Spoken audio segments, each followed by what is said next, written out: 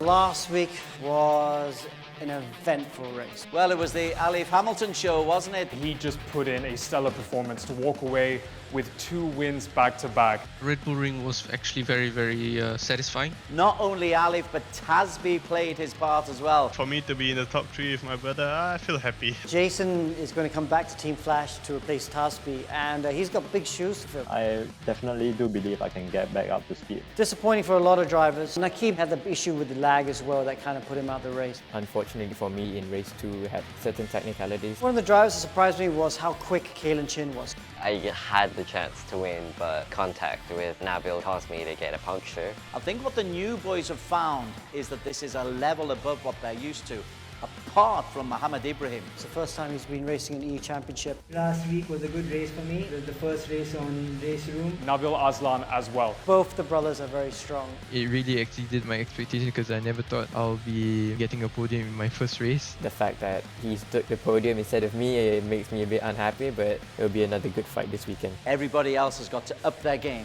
because Alif is the man to beat. We've got to capitalize on having no success belt. I know where all the overtaking spots are. We're 100% confident in all possible scenarios. Focus on my qualifying pace. Stay clean but aggressive at the same time. Trying to not overthink. Avoid any unnecessary penalties. It's always great to get new names coming onto the leaderboards. Hockenheim could be the track where it happens.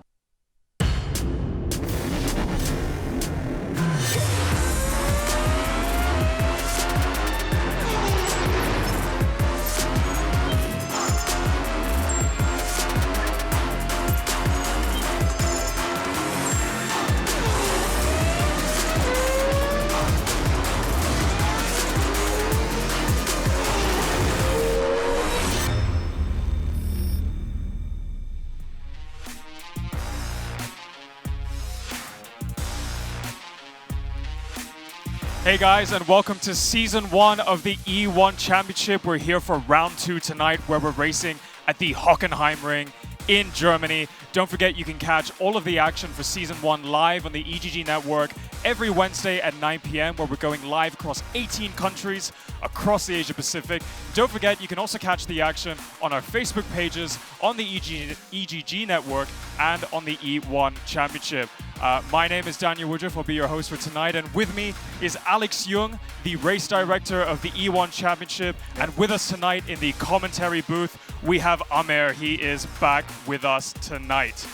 Now, last week we kicked off this season at the Red Bull Ring in Austria, and I think the standout thing for me was the size of the grid. I mean, we had 28 drivers showing up, which is an incredible turnout. But Alex, what was the highlight for you? Well, I mean, you said it. With full grids, we couldn't get any more drivers or teams onto the grid. It was packed. But the highlight has to be Alif Hamilton. You know, Team Flash from Singapore came into this season. They're brand new to the season. Alif, the top driver, and took 2 race wins. You know, that was quite spectacular. Well, we've got many more highlights to come tonight. But first, let's take a look at the results from last week's race.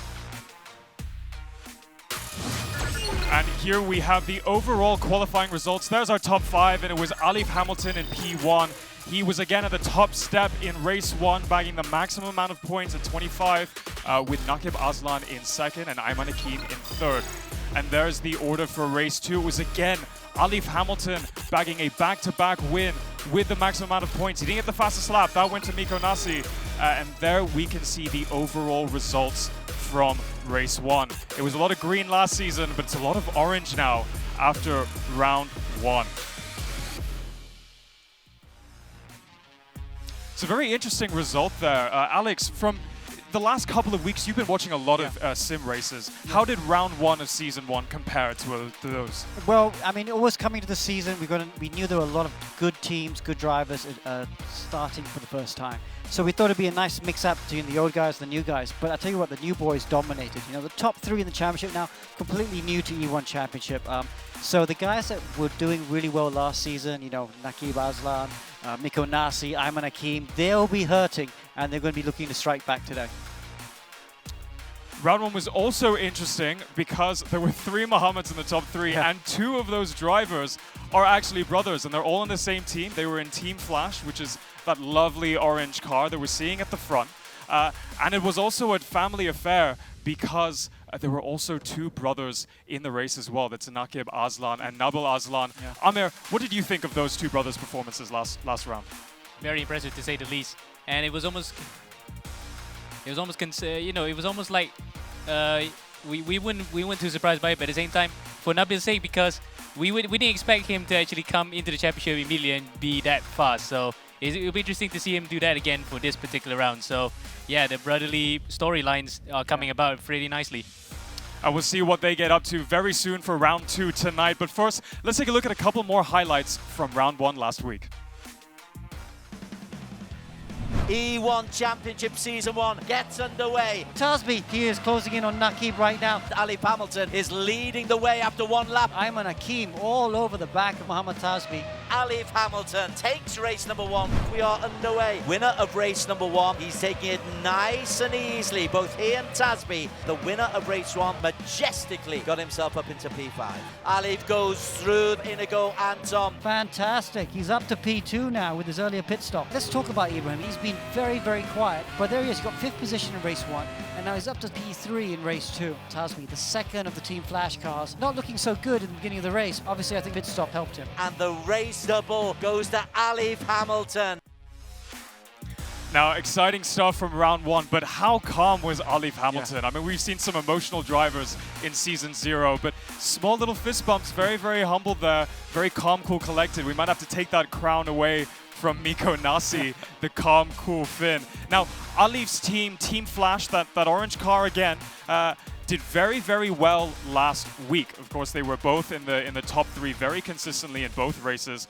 But Alex, they're experiencing a little bit of a shake-up tonight. There's a bit of a driver change with Jason coming from Singapore, replacing Mohammad Tasbi. Well, I mean, let's talk about Team Flash for a second. You know, they're arguably the biggest esport team, or one of the biggest esport teams in the region. This is the first time in sim racing. They did it the right way. They got really top drivers. So, I mean, Tasbi, who is Alif's brother, was always going to be the reserve driver. He just had to do the first round because Jason Tay could not make the first round. He's back in the car now for round 2, so Tasby has to set aside. But you know, Jason is on paper the slightly higher ranked driver, and he will do well today, I'm sure. But Tasby's performance from round 1 will not go unnoticed. And if there's no space for him in Flash, maybe one of the other teams might take him up. Well, that's one pair of brothers gone from the grid, but not to worry, we still have another pair of brothers, and that's, of course, Nabil Aslan and Nakib Aslan. Let's go and take a look at the highlights from the sibling rivalries that we've seen on track. Alif leads the way, Tasby alongside him. Tasby, he's going to try and help his brother in the second Flash car. He is closing in on Nakib right now. This is allowing Nakib to get away at the front. This is exactly what Alif wants. His brother helping him out. It's Mohammed Nabil, the brother of Nakib, is the man who's got himself into P2. Nakib, though, he's looking calm. He's 2 seconds down. Possible to close that gap. We've seen him do that before in the past. But the reigning champion is definitely under pressure. Now I'm going to flick this question over to Amir in our commentary box. Amir, do you think that Nakib's really under pressure from his brother Nabil, especially since he won the last season? Not really, to be honest. I think Nakib will be experienced enough to not feel too hard up by his brother. You know, like with Michael Schumacher, Ralph Schumacher, Michael wasn't really threatened by him throughout his career. But there are flashes of brilliance from Nabil that he might have to watch out for, especially the fact that he's in a car that has about the same balance as him now because of the first round successes they had, particularly for Nakib, of course.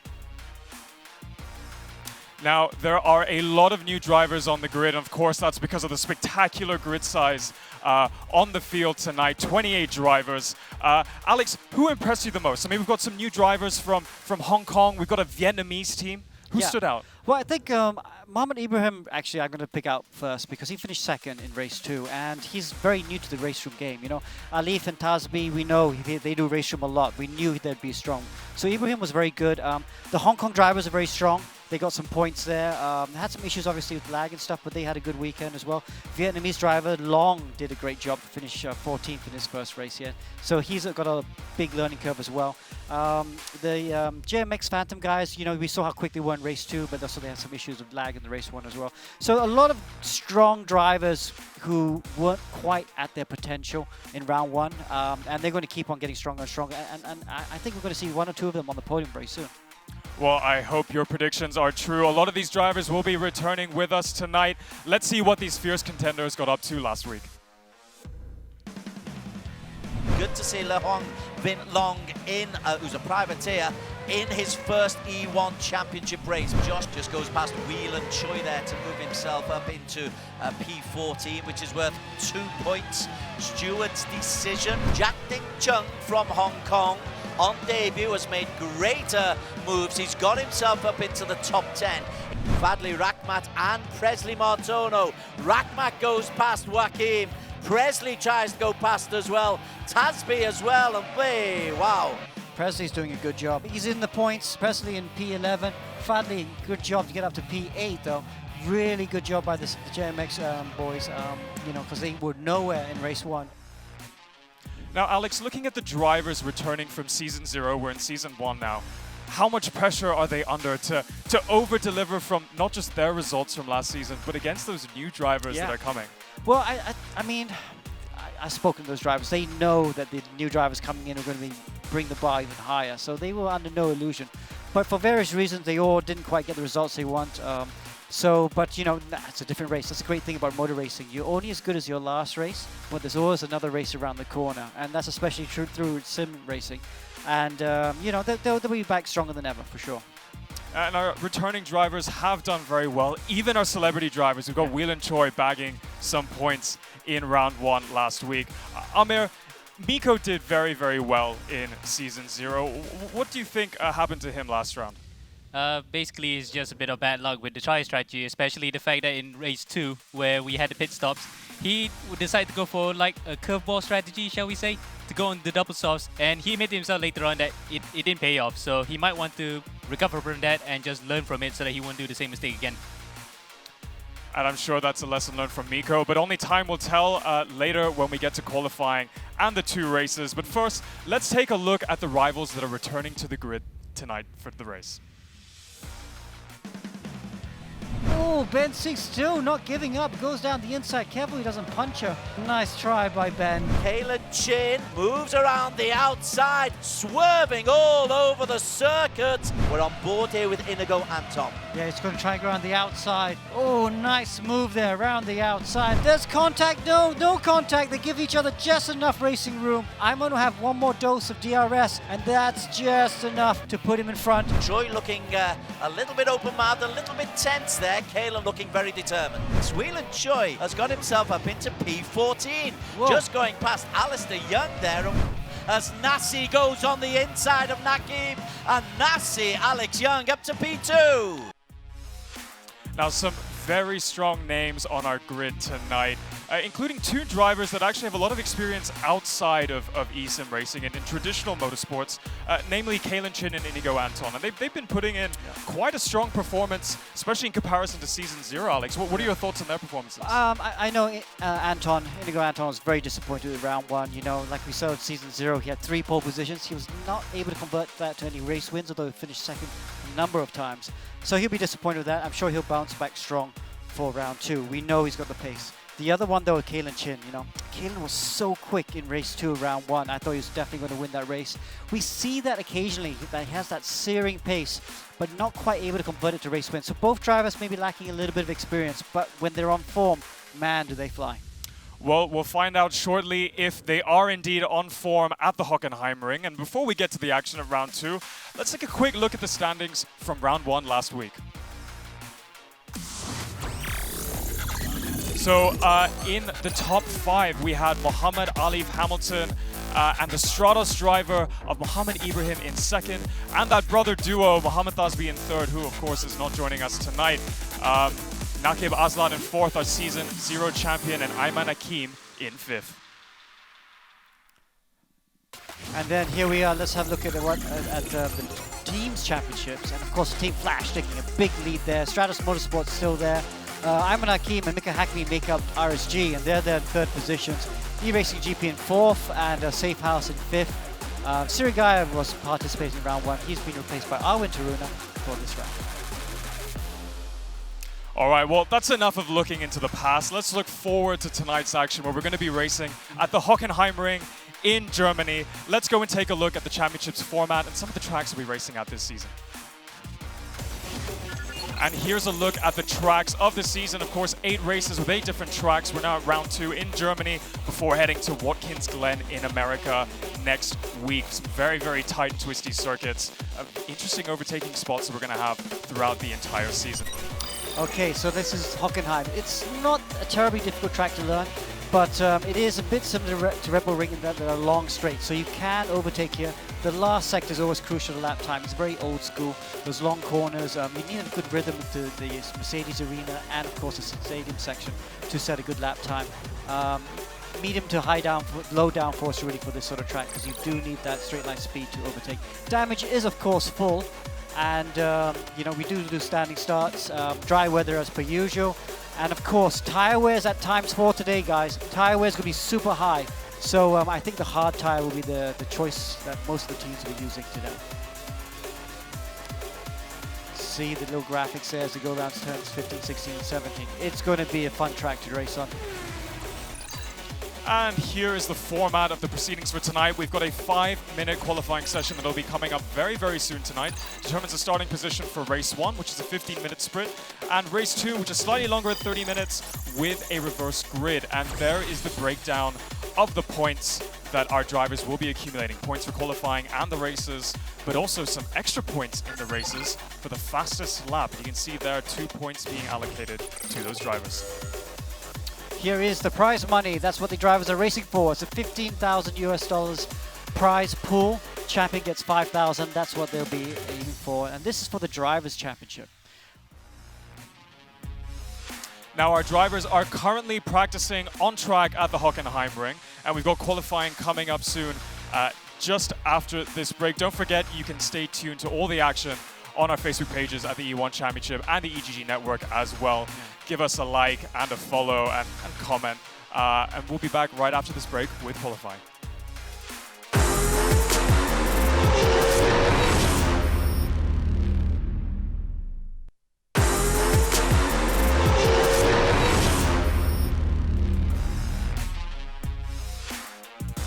Hey guys, welcome back to Season 1 of the E1 Championship. Don't forget to follow all of the action live, not just here, but on our Facebook pages as well at the E1 Championship and on the EGG Network. Now, qualifying is going to be starting very soon, but before we do, let's take a look at the driver lineup that's going to be joining us for the racing tonight. All right, first up on the grid, we have returning champion Stratos Motorsports with Nakib Aslan and Mohammad Ibrahim next to him. A very strong duo, but can Nakib Aslan put it together in round 2? Okay, next up, Safe House finished 3rd in the Team's Championship in Season 0. Arwin Taruna replaces Sirajaya from Thailand, and he's going to be a dark horse. Multiple race winner in ERGP, and of course he's teamed with the fast and reliable Mikonas. And the blue cars of Team RSG, very consistent as point finishers in the last season. We're going to see if they can continue that in round 2 and onwards with Ayman Hakim and Mika Hakimi. Okay, then we have Scuderia Stratos, the sister team of Stratos Motorsports, and 2 young chargers, Troy Ayman and of course Arif Azmi, and they're both Malaysian.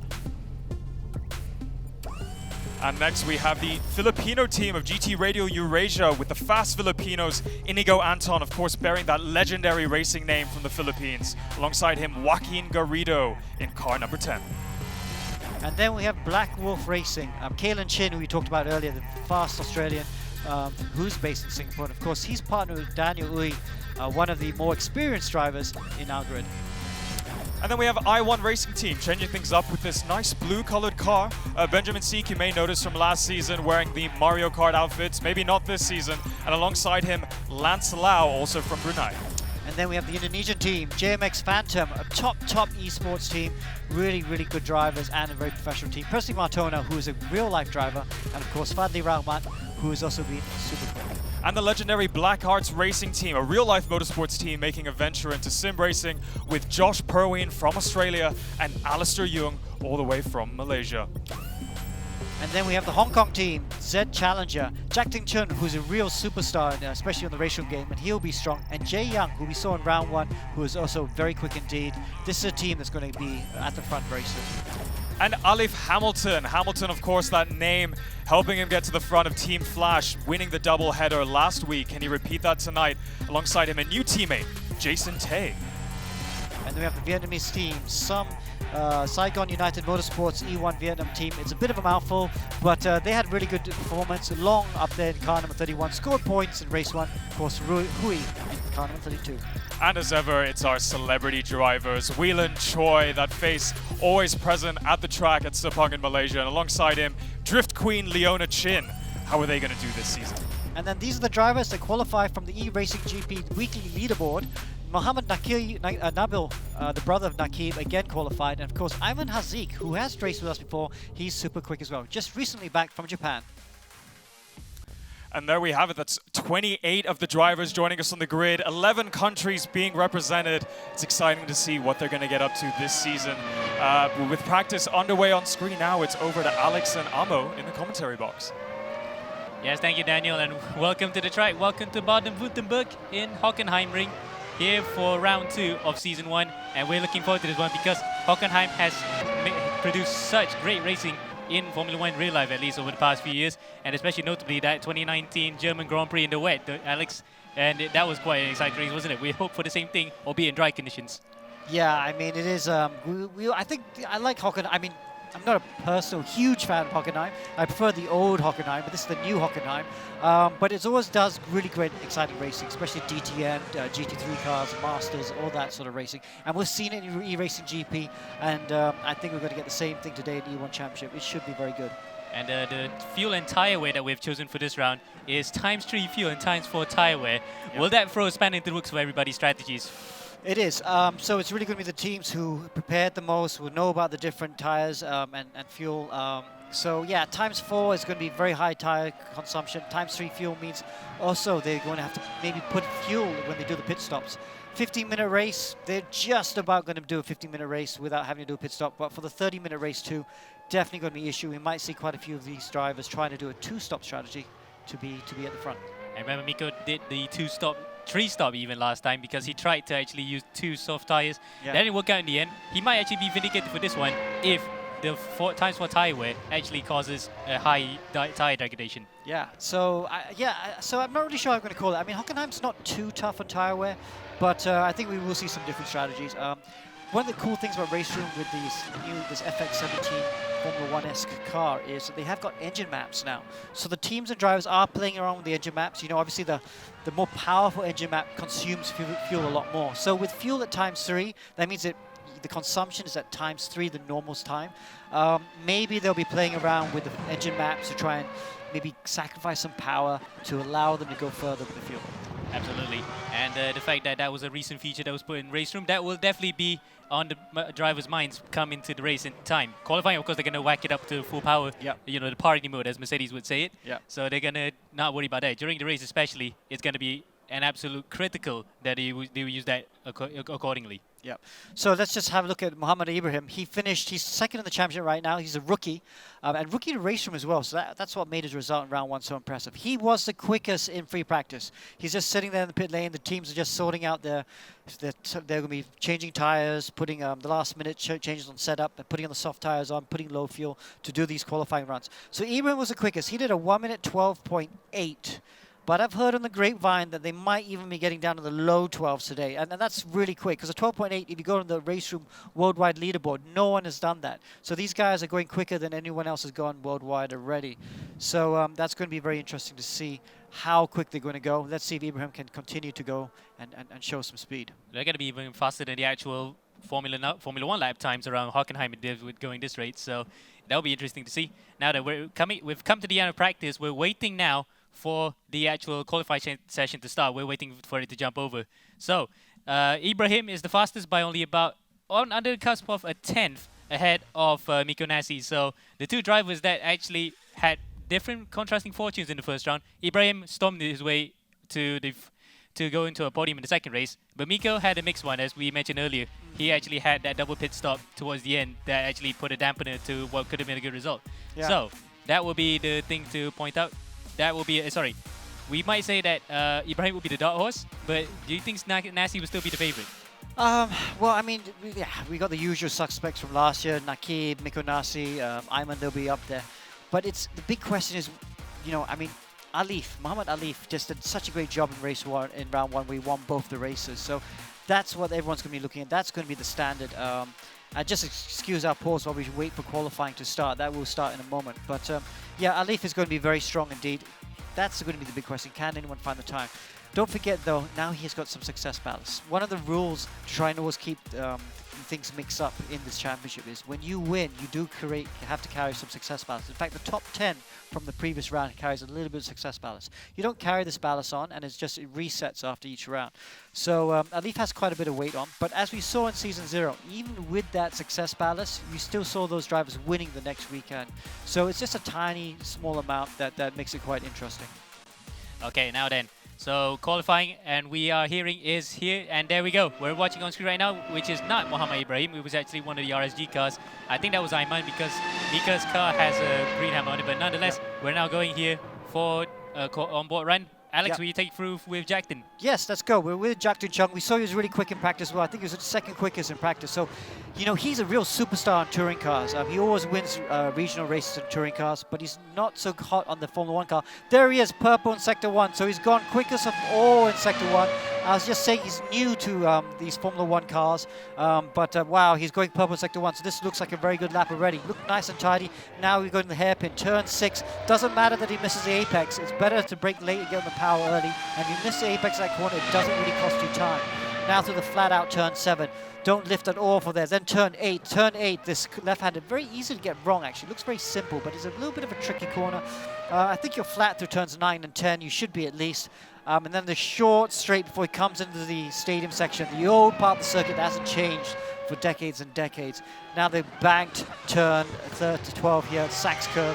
Just carries the speed nice. He's looking really neat at this point. He's purple in Sector 2 as well. So Amon, this looks like a really good lap. Might not be his flat-out lap. This could just be a banker lap, but it looks like he's right on the limit at the moment. Someone is going quickest. Martono's gone quickest. Yeah, that's a good lap from Jaktim there. But Martono's gone really good quick, so we'll just ride on with Martono. Let's see if we can see him right now. And the first guy to break into the 1 minute 12s, and the other guy, no surprises, is actually Muhammad Alif. So yeah. Alif Hamilton, we are predicting to be a force in the championship, is now trying to start another lap. In fact, he's pressing Martono on screen. Yeah. And the car is actually same colors with him, orange colored cars. We might confuse them when they're in front of the grid. But only a 10th in it between them. This is going to be one to watch between the two. Yeah, so let's watch Presley at the moment. He's in the JMX car, and he's gone fastest in Sector 1, I think. He's in the JMX car, which is very similar to the Team Flash car because they're both orange.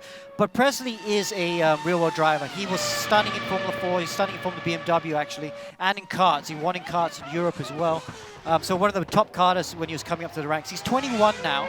He just converted to sim racing last year, and he's showing he's lost none of his talent. And this is really cool to see him at the top. It's the first time we've seen him at the top of the leaderboard. So really good job by Presley. Let's see if he can improve on that time. We'll have to go back to Alif as well because I want to see what sort of lap time Alif is doing. But Presley's definitely improving. Look, here we go through Sector 2, and he's purple through Sector 2 again. Just about a 10th up on his lap from before, but this is perfect for him. If he can just get this last couple corners right, that looks just about right. Carries some good speed through Sachs there. Now, easy fact, got to use all the curb on the exit here. Does it early on the power through the last corner, and that's a good last corner. That should be a small improvement, and it is. But let's go to see what Alif is doing. Let's see if he's improving. Alif is now coming through the last corner now. Let's see if will this be good enough to snatch pole? Don't forget he's carrying 15 kilos of ballast. Not this time. No, not able to do it. Let's see who else we can look at. Let's look at Josh Perwin. Josh Perwin has gone, he's on another lap as well. Whoa. And he's 2/10 off at the moment. Kaelin Chin. 2000s. Kaelin Chin has just done, he's just gone second quickest as well. It's so close, guys. The top 10 are covered by half a second. That is how close it is right now. Let's see who else is up there. Naqib Aslan. Let's ride on board with him. This man did not have a good round 1. He's going to be hurting after round 1. He's our championship winner from Season 0. Let's see if he can improve. We don't know what his Sector 1 was, but he's halfway through Sector 2 now. Let's ride on board right now. Look how focused Naqib is. Let's see if he can bounce back. If he wants to try and make an impact, he has to try and grab pole position. He'll need those 5 points. Qualifying is important. You get 5 points for pole position. That's what makes it so valuable. Looking good through there. The hairpin, I don't think he carried, it didn't look as good as it could do. But this bit here right now is looking quite good through, let's ride on board with him actually, see what it looks from his point of view. Purple in Sector 2. So he's up right now. Now he comes to the Sax curve. We're in the last sector right now. Wow. Ammo, this could be good enough for pole position. He needs to be perfect through these last couple of corners though. Yeah, the fact that that second sector, coming out to the second sector through the hairpin, it didn't look good enough, but now coming through the final corner. Let's see if he does, as he comes across the line now. And it is not an improved pole position, at least his improvement is 7th. So Alif then scores more points on him in the championship. It's going to be pole position for Pressing Martono. A surprise there. We didn't expect him to be on pole. Wow, so that's a really good job by Pressing Martono. Awesome job to see the Indonesians up there. What a great job by Martono. You know, we talk about the real-life drivers. We talk about the sim drivers. You know, we always see the sim drivers. You know how quick the sim drivers are. The real-life drivers coming to the sim world, they've been struggling a little bit. And this is the first time in E1 we're seeing one of the real-life drivers match and beat the sim drivers. So that's quite exciting in itself. Yeah, indeed. And the fact that that's just qualifying still, it's quite impressive nonetheless that Presley managed to put one lap together, and he managed to actually get it on pole. Now we're going to have to talk to Presley if we can get him on. Yeah, let's try and talk with Presley right now, see if we can get him on board. Presley, can you hear us? Yes, that was a great lap. 2 great laps by you, Presley. How did it feel for you? Yeah, it was a bit tricky. The nerves was quite high for qualifying, but I'm just really happy I could get a lap out. Of course, it's never going to be perfect, but happy that I got the pole. Round 1, it's great to see you on pole position, obviously. We're thrilled to see it. But what's been the difference between round 1 and round 2? I think we were, you know, as a team, we're starting to understand the car a bit more now, starting to understand the driving style, which it does take time because we are new in RaceRoom. So, you know, happy to see that our hard work is paying off, but I'm sure that, you know, everyone's going to be quite fast during the race. So let's just see how it goes. Well, okay, I won't take up any more of your time because you got to get ready for race 1, but just wanted to say congratulations and good luck for the rest of the race. Thank you. Okay, so that was pretty exciting. Yeah, and the fact that he sounded a bit low beat about it despite actually being on pole. Maybe it's just the sigh of relief that he doesn't want to be too excited because he knows that the job's not done yet.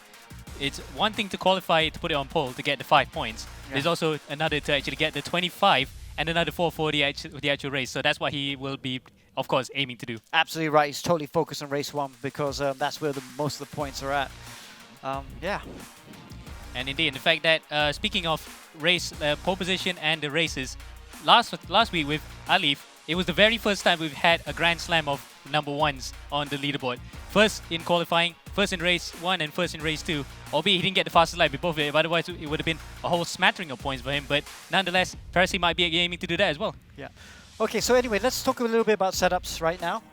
So the setups for the race, here we are at Hockenheim Ring. It's a low downforce track because of those long straights and you know, you want to be quick down them. So the gearing will be a bit higher to carry that speed, especially don't forget these cars have DRS. So you don't want to be stuck with a low gearing because once that DRS opens, you might be on the rev limiter. So they will make the gearing a bit higher. Stable balance is very important. They do tend to run a stiffer platform in Hockenheim, especially for the mediums, the last sector of the lap to try and carry the speed through those long corners. And indeed, and the fact that compared to the Red Bull Ring last time, where it was more aero dependent because you need to have low downforce to get through the fast straights.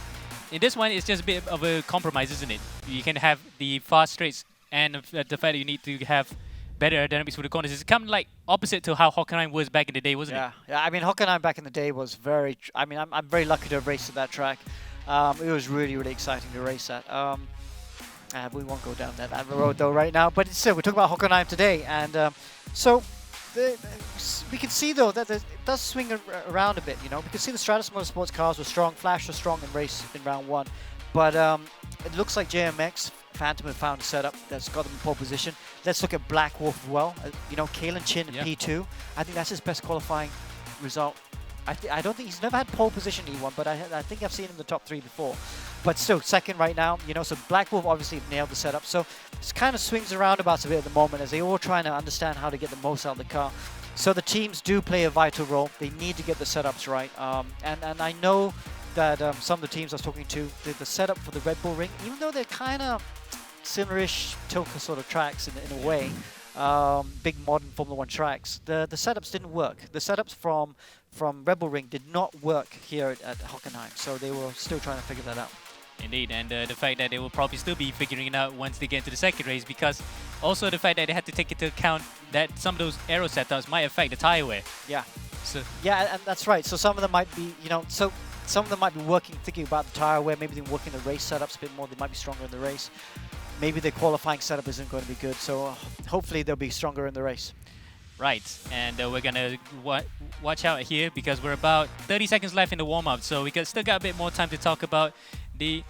Can we see the? We can see the qualify warm-up. Yes, there we are. Yeah. So there's Indigo Anton. He's out on track. I can't remember where he qualified, but he was in the top 6, I believe. We know he's such a good qualifier.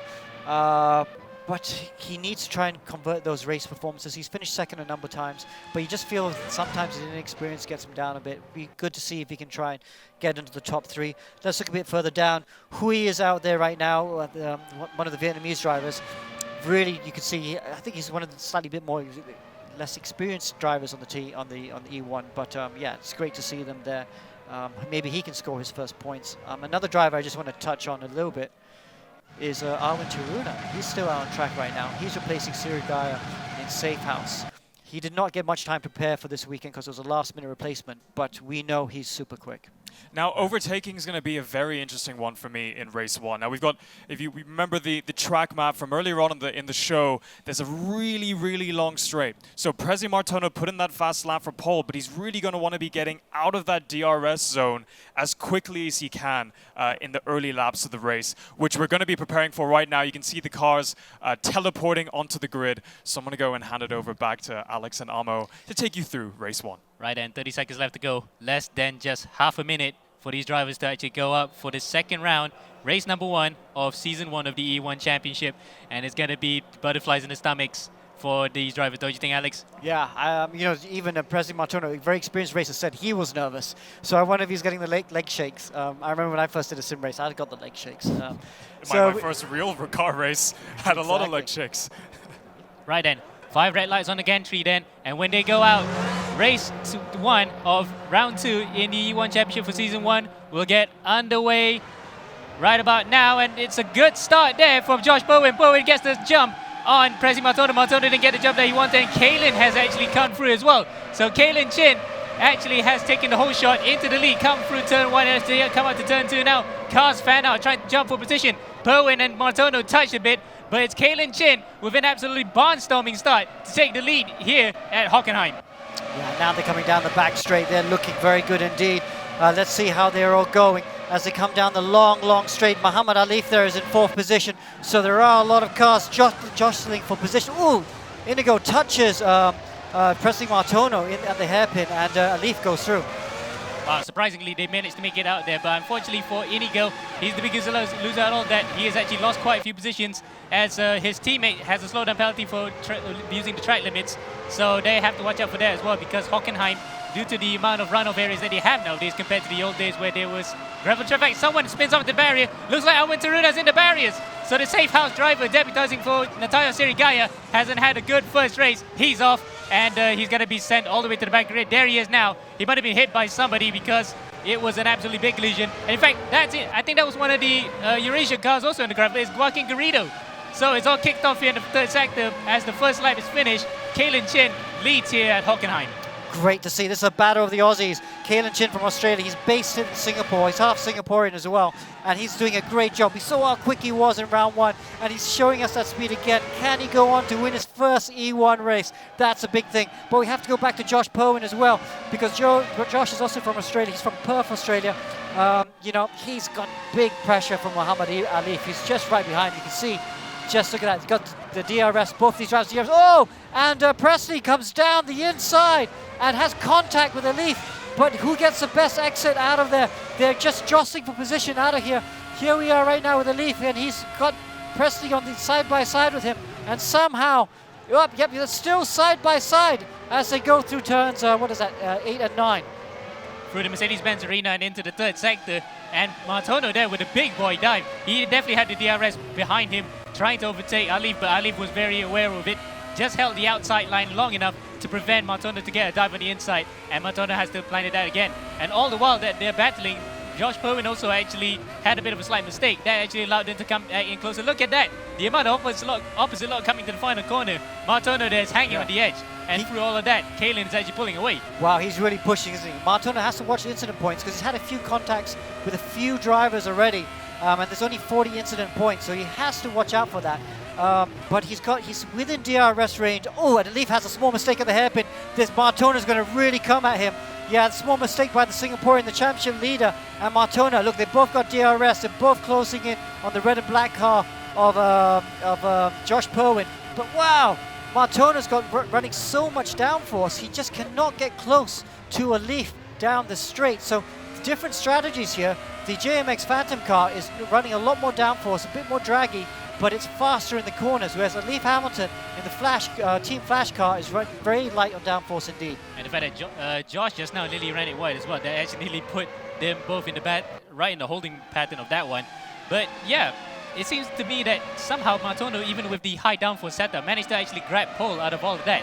Maybe it was by virtue of having maybe a different race and qualifying setup, so he's aiming for more downforce in the race to actually preserve those tires. In fact, we're running with ×4 tire wear, so that might be the key for him right now to actually try to win this race.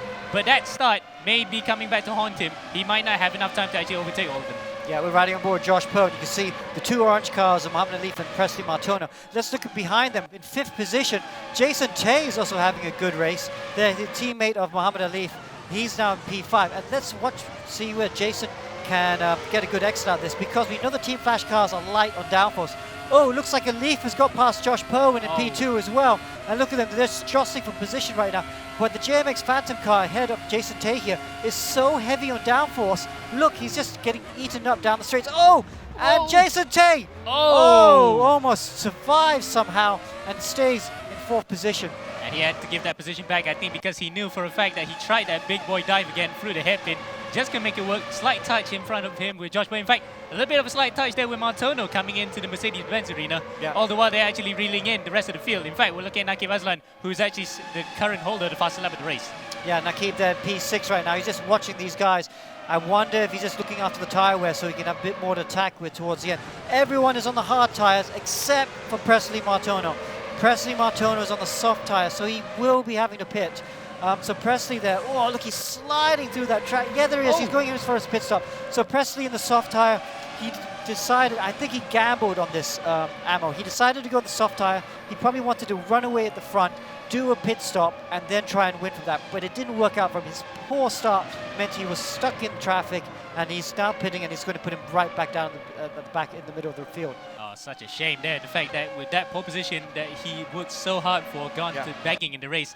He might be kicking himself for that one, but at least he's got points on the board for this particular round that he will take coming into the next race also, because he's going to come out soon after this. Meanwhile, we're going back to the battle at the front.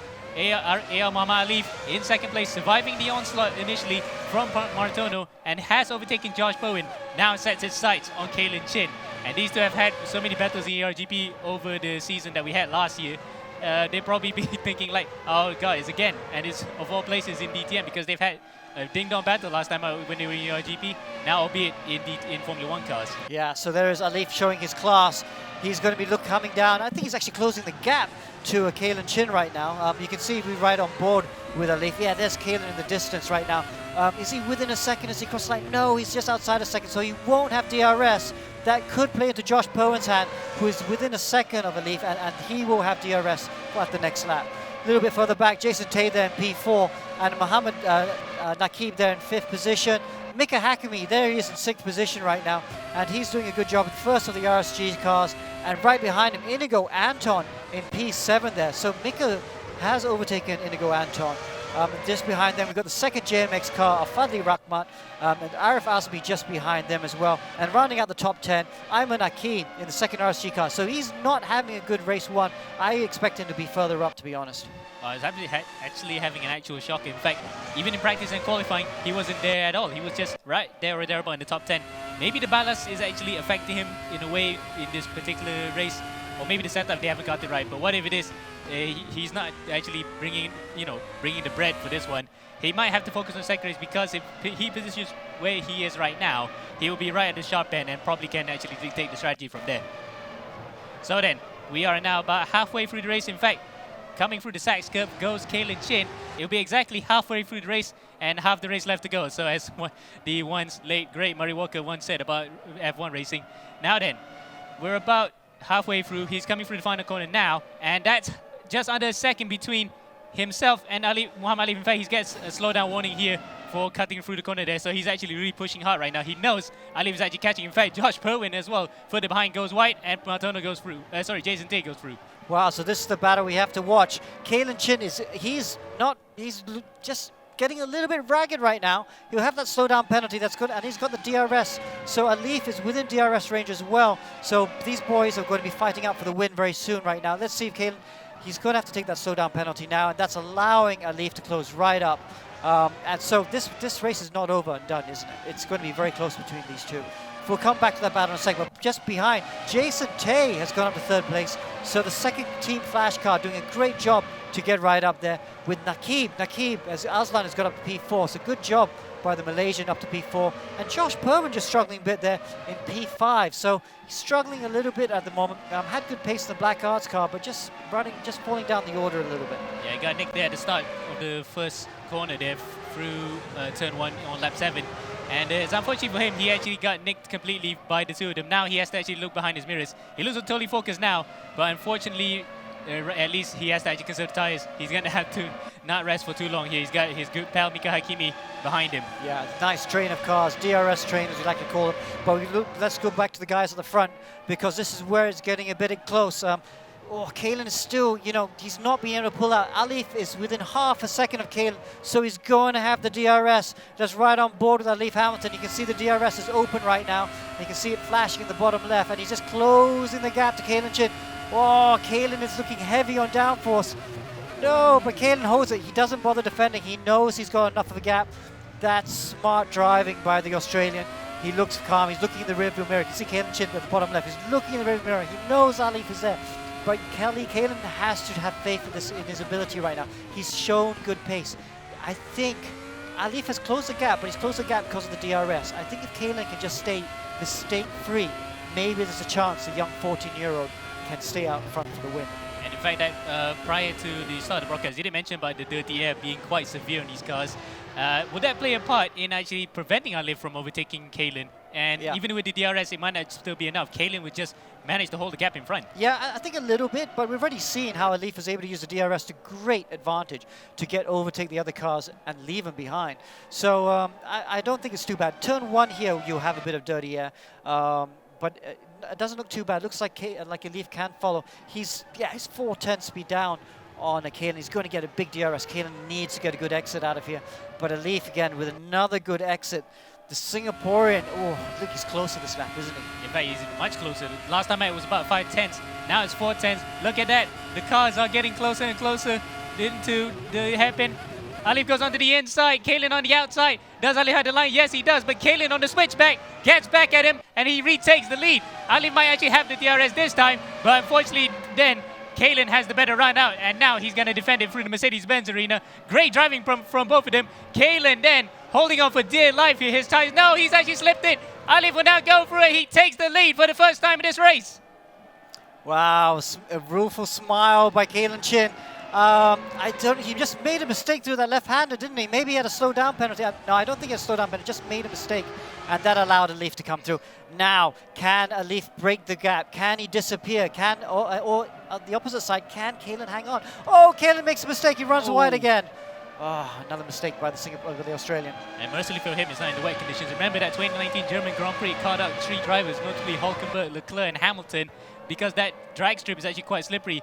Luckily, in the race room, that particular patch of asphalt is not that slippery. He can hold on to it, but it actually will cost him time because there is a sausage curb at the end of that, and he has lost massive run time. Look at that, a second between him and Alif now. Yeah, Kaelin's made a mistake. That was a poor mistake at that penultimate corner because that put him outside of a second. He does not have DRS, and he's not able to close the gap. And guess what? He's under pressure from the car behind, which is Nakib Aslan. Look at that, the green Stratos car. Nakib is right on the back of Kaelin Chin.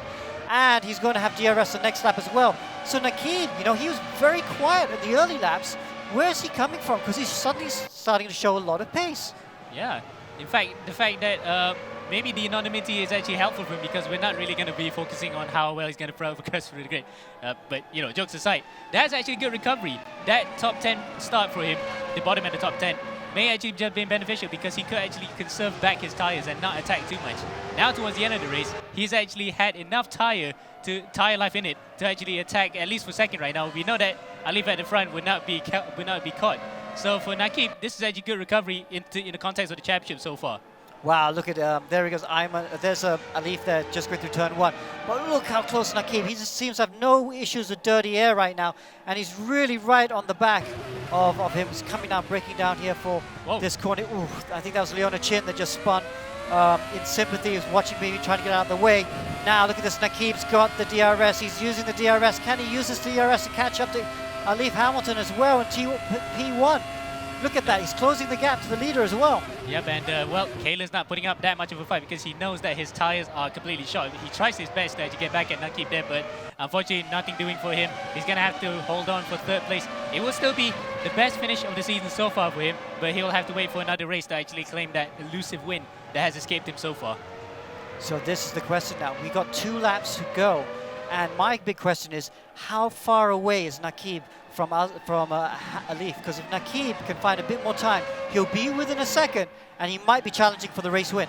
Oh yeah, you know what? Because we have 1 more lap to go, and it's actually not that far. In fact, it's under a second now, coming through the Sachs curve and into the Soot curve for the final time for this race. Actually, for the penultimate time, as we come right around the next lap, it will be the final lap of the race. And in fact, he is within that second. He's got the DRS for this one. This race is still not over yet. It's going to be a barnstorming finish to the end. Who's going to take it? Is it Alif or is it Nakib? And Nakib then has the advantage of the DRS, so it's going to be very tight nip and tuck here in the final few corners that remain. Wow, and look how focused they both are. They look so focused right now. And you're right, Nakib has got the DRS. Look, he's coming down, he's closing the gap right now. Wow, this is going to be too close to call. It does come down for the hairpin. Will he be able to come down the outside?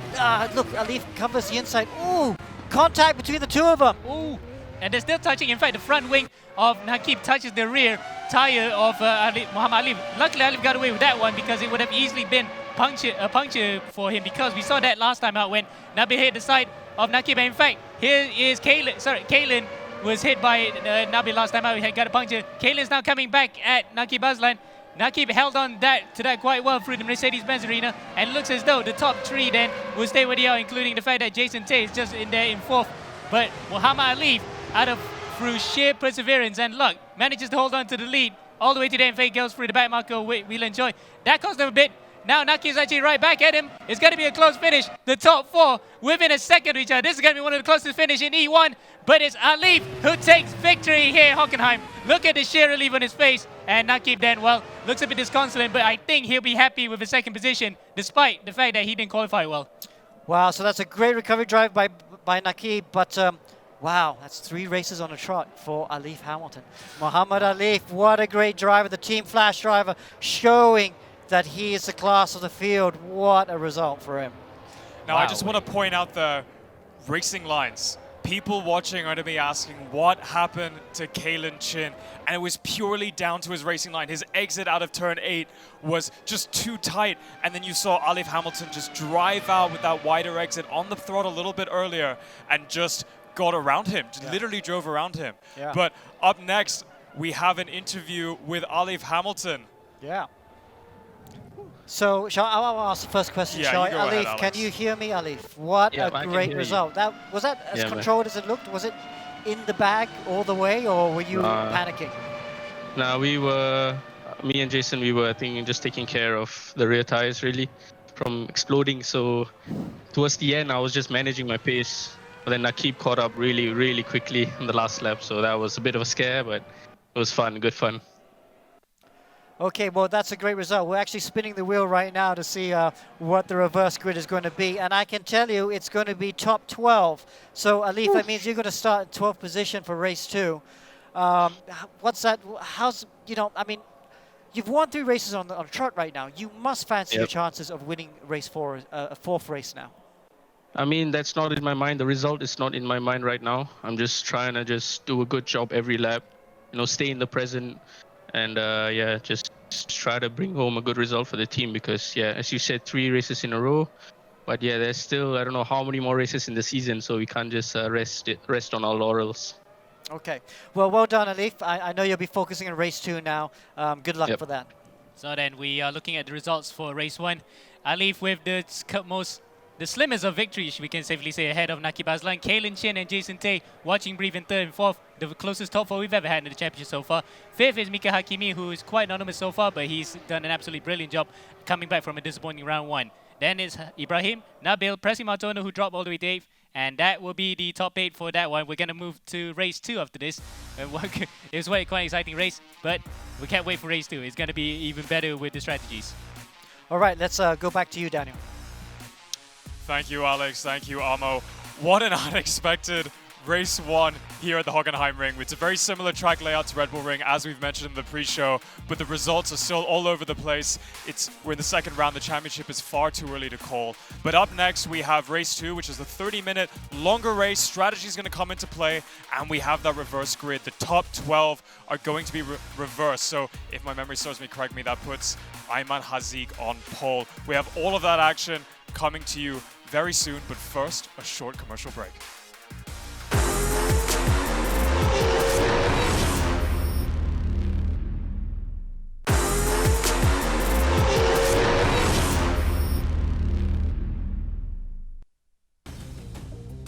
So in Season 0, we went for tracks that promoted overtaking. So more like typical Formula 1 tracks, long, straight. However, for Season 1, we're going to mix things up a bit. We start in Europe and we finish in Europe. And the first 2 races are Formula 1 tracks. But then we go to tracks that are off the beaten path. We go to Watkins Glen, we go to Zandvoort, we do Suzuka as well. And these are tracks that are harder to overtake, but a lot more challenging for the drivers. And then we go back to Europe and we finish with 2 Formula 1 tracks at Hockenheim at Nürburgring. I really like the first track coming up, Red Bull Ring actually. It's a bit of a simple track. You have to get everything right because it's so simple. Everyone is fast over there, so it's all about the details. So I think that's a great track for a race, for driving and for overtaking.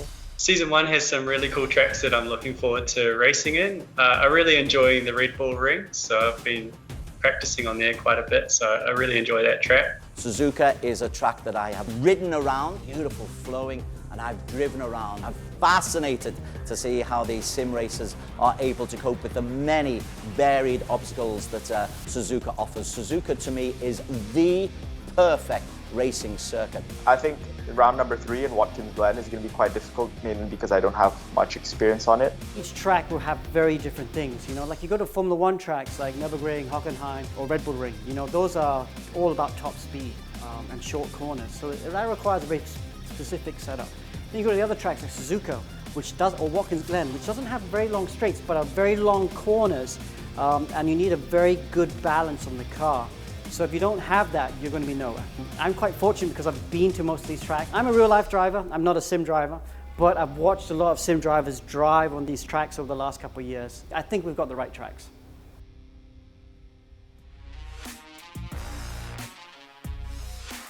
And welcome back to the E1 Championship Season 1, Round 2, here at the Hockenheim Ring in Germany. As we saw from that video just now, we've got 8 exciting tracks that we're visiting in Season 1.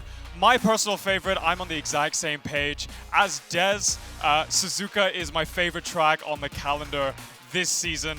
Alex, what's your favorite? I'm going to look forward to Watkins Glen, actually. That's actually one of the tracks I've not been to. That's good. That throws up some interesting results. It's kind of an unusual circuit. They've got a very high-speed chicane that makes it very tricky to set up the car for. And a lot of tight and twisty circuits on the calendar this season.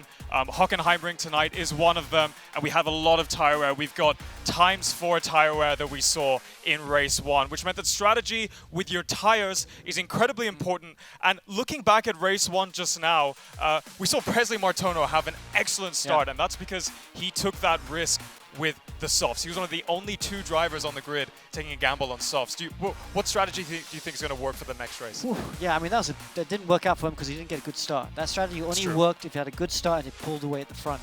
That didn't go for him. So now, I think, well, he's an aggressive driver. So I think he might try a 2-stopper. I think the more conservative guys, they're going to go for a 1-stopper with hard tires, but some of the other guys might try and do a 2-stop. Well, we're going to find out very soon what strategy the drivers go for in race 2. But first, let's take a look at the highlights from race 1. So here's the start. You see Presley did not get a good start there on the right in the orange car. And so Kaelin Chin in the black and red, and then Josh Pun in the other black and red car for Black Arts Racing in P2. Then you see at the first couple corners that Leaf did a really good job of overtaking Presley in another orange car, but it's a Team Flash car, not the JMX Phantom car. They battled, they had a good battle for quite a few laps before Presley just ran out of tire and had to come in for his pit stop. And that put him out of the race. Then Leaf, you know, Kaelin wasn't able to maintain that pace, and Leaf was able to get back into the front and take the lead. Good battle for a couple of laps, so, you know, Kaelin didn't let him have it easy, you know, and this is where Daniel was talking, you know, Kaelin took the wrong line out of here. I don't know why he holds it so tight here, and allowed Leaf to come down the inside of the next right-hander. So maybe that's just one corner I would perhaps say that Kaelin could work on a little bit. Then Nakib took it really easy the first few laps, overtook Kaelin, and he just obviously saved his tires for the first few laps. And then this is him coming back at the Leaf. I thought he was going to get a chance at last corner, but Leaf was very smart at turn 6 and was not able to let Nakib through, and he held on for the win. Well, that is 3 out of 3 for Alif Hamilton. I swear it's his nickname. Having Hamilton there as his nickname really helps him keep it at the front. And there we have the top 10. Mohammed Alif in P1, 25 points. Nakib Aslan in second. Kaelin Chin in third. Jason Tay, the Team Flash replacement for Mohammed Alif's brother, is back and living up to that expectation with a top 5 finish. That's very, very important. And Mika Hikimi rounding out the top 5. Well, that was exciting stuff from race 1. Before we go to race 2, I want to do a quick interview with 2 drivers. I think, Alex, let's start with Kaelin Chin, a driver we've spoken quite a bit about in the second part of Season 0 and a lot in Round 1. Kaelin, I've got a lot of questions for you, but first, with your own words, what happened? How did it go? How was your race 1? I mean, the race, it was pretty fun, if I'm going to be honest. I was tire conserving the entire time, because had I been pushing, I would have got a puncture, and so I didn't really want to fight too much with Alif and Nakib. So when Alif went by, I wanted to give a bit of a fight to maybe destroy his tires a bit, but he got by, which was a little bit of a disappointment. But I mean, Nakib was way quicker on the straights, so I let him by. Wanted to stay in the DRS. And then, yeah, I managed to finish P3, which I'm pretty happy about. But, I mean, the win was there, but just tire conserving is what gave me P3 and not P1. But I'm happy about it still, and yeah, I'll see what I can do in race 2. And tell us a little bit about the nerves. Tell the audience what it's like being in that hot seat, because we can see you smiling when you're under pressure. We can see you constantly looking up at your rear view mirror to see where Alif Hamilton is. What's it like dealing with that pressure up at the front?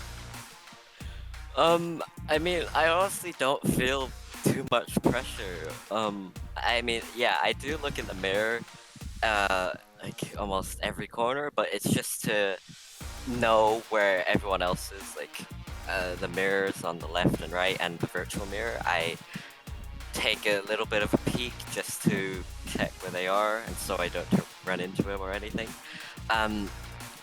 What I feel is, I feel like I just have to keep what I'm doing, and just stay composed and don't panic, because if I panic, I'll make mistakes, and yeah. Yeah, exactly, and you don't want to be doing that. Well, especially not in a longer race 2, which we give you all the best of luck for.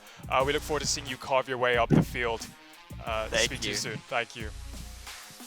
All right, I think we've got time for a very quick interview with Nakib Aslan of Stratos Motorsports.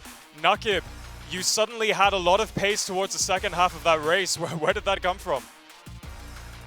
Really, I was just trying to stay patient throughout the race. Qualifying didn't go as planned.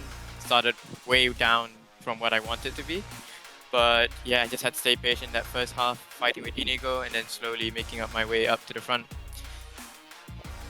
Wow, I mean, so that was a really great last lap battle you also had with the Leaf. It looked like he went deliberately slow through turn 6 just to back you up. What can you learn? I mean, Alif is obviously setting the bar at the moment. I mean, what can you learn to try and get the better of him in the next race? Yeah, so all of this stuff that I'm, all these battles I'm having with him, yes, at the moment I am coming second best, but that only means I can go better from here. So hopefully learning from these losses, shall we say, and hopefully turning them into wins in the future. Awesome, that's the right attitude. Okay, so one more question. What's the strategy for race 2? Come on, tell us the strategy. You know he's not going to. He's not going. Okay, we're gonna go in the pit stop, that's for sure. Can you do a one stop? And if you do a one stop, could you use soft tires for one of the stints? Might be an idea. We'll see. Okay, thanks very much. Good luck. Alex, you gotta stop asking the drivers these questions. I feel like we want to every race, but they just don't want to tell us anything. Keeping us on our seats, both pre-race and during the race itself. Well, I'm personally very excited for race 2. Looking forward to seeing what our drivers do strategy-wise. Up next, we have a 30-minute race 2 with a reverse grid. So that's going to be very interesting. Alex, I'll get your bets on strategy soon, but first, a very quick commercial break. See you guys in a bit.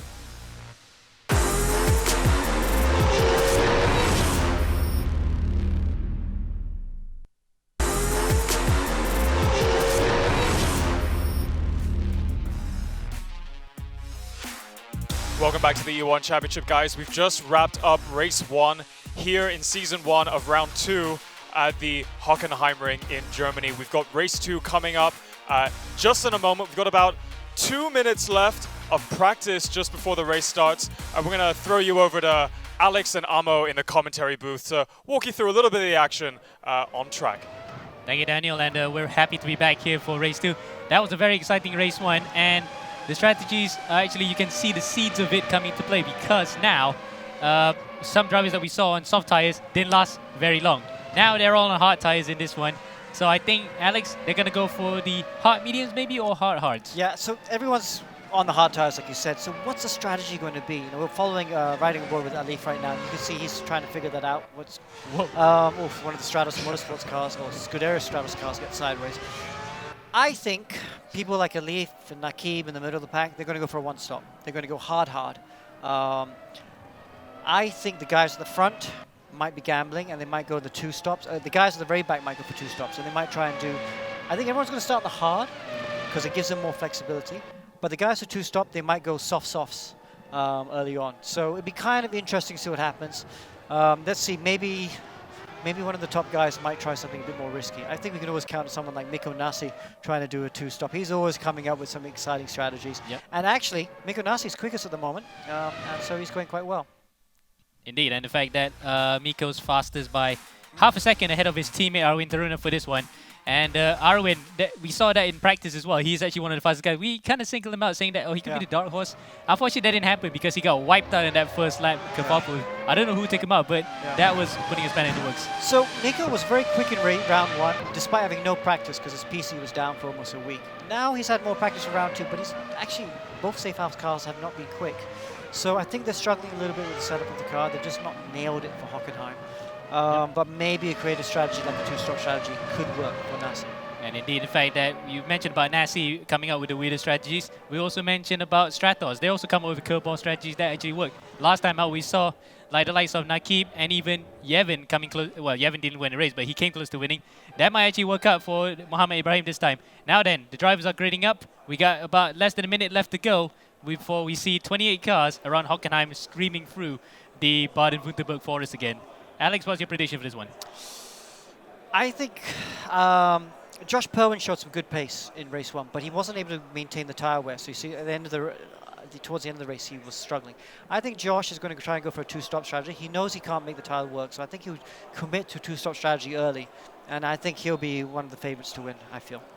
Well, he's going to have to do that all the way beyond the top 10 even, because we did mention it just now, but we saw on the live timing screen, he tumbled all the way back beyond the top 15. So he's going to have to work it out from all the way back there with an alternate tire strategy. Well, I think he actually starts P3, because I think he got into the top 10.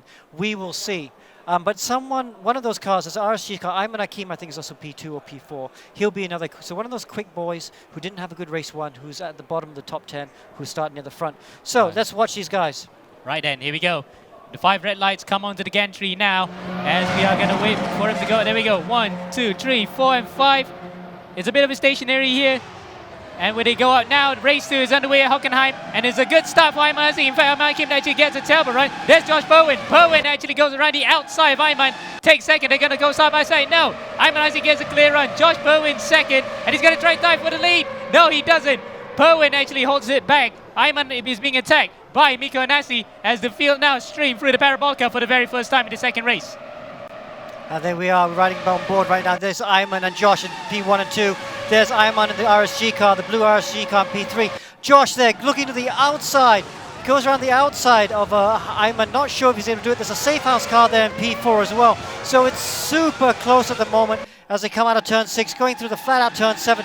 Whoa, I think Josh is going to try and go down the inside of turn 8. Is there space? Yes, he is. Josh goes through and he just about squeezes through and he's up to P1.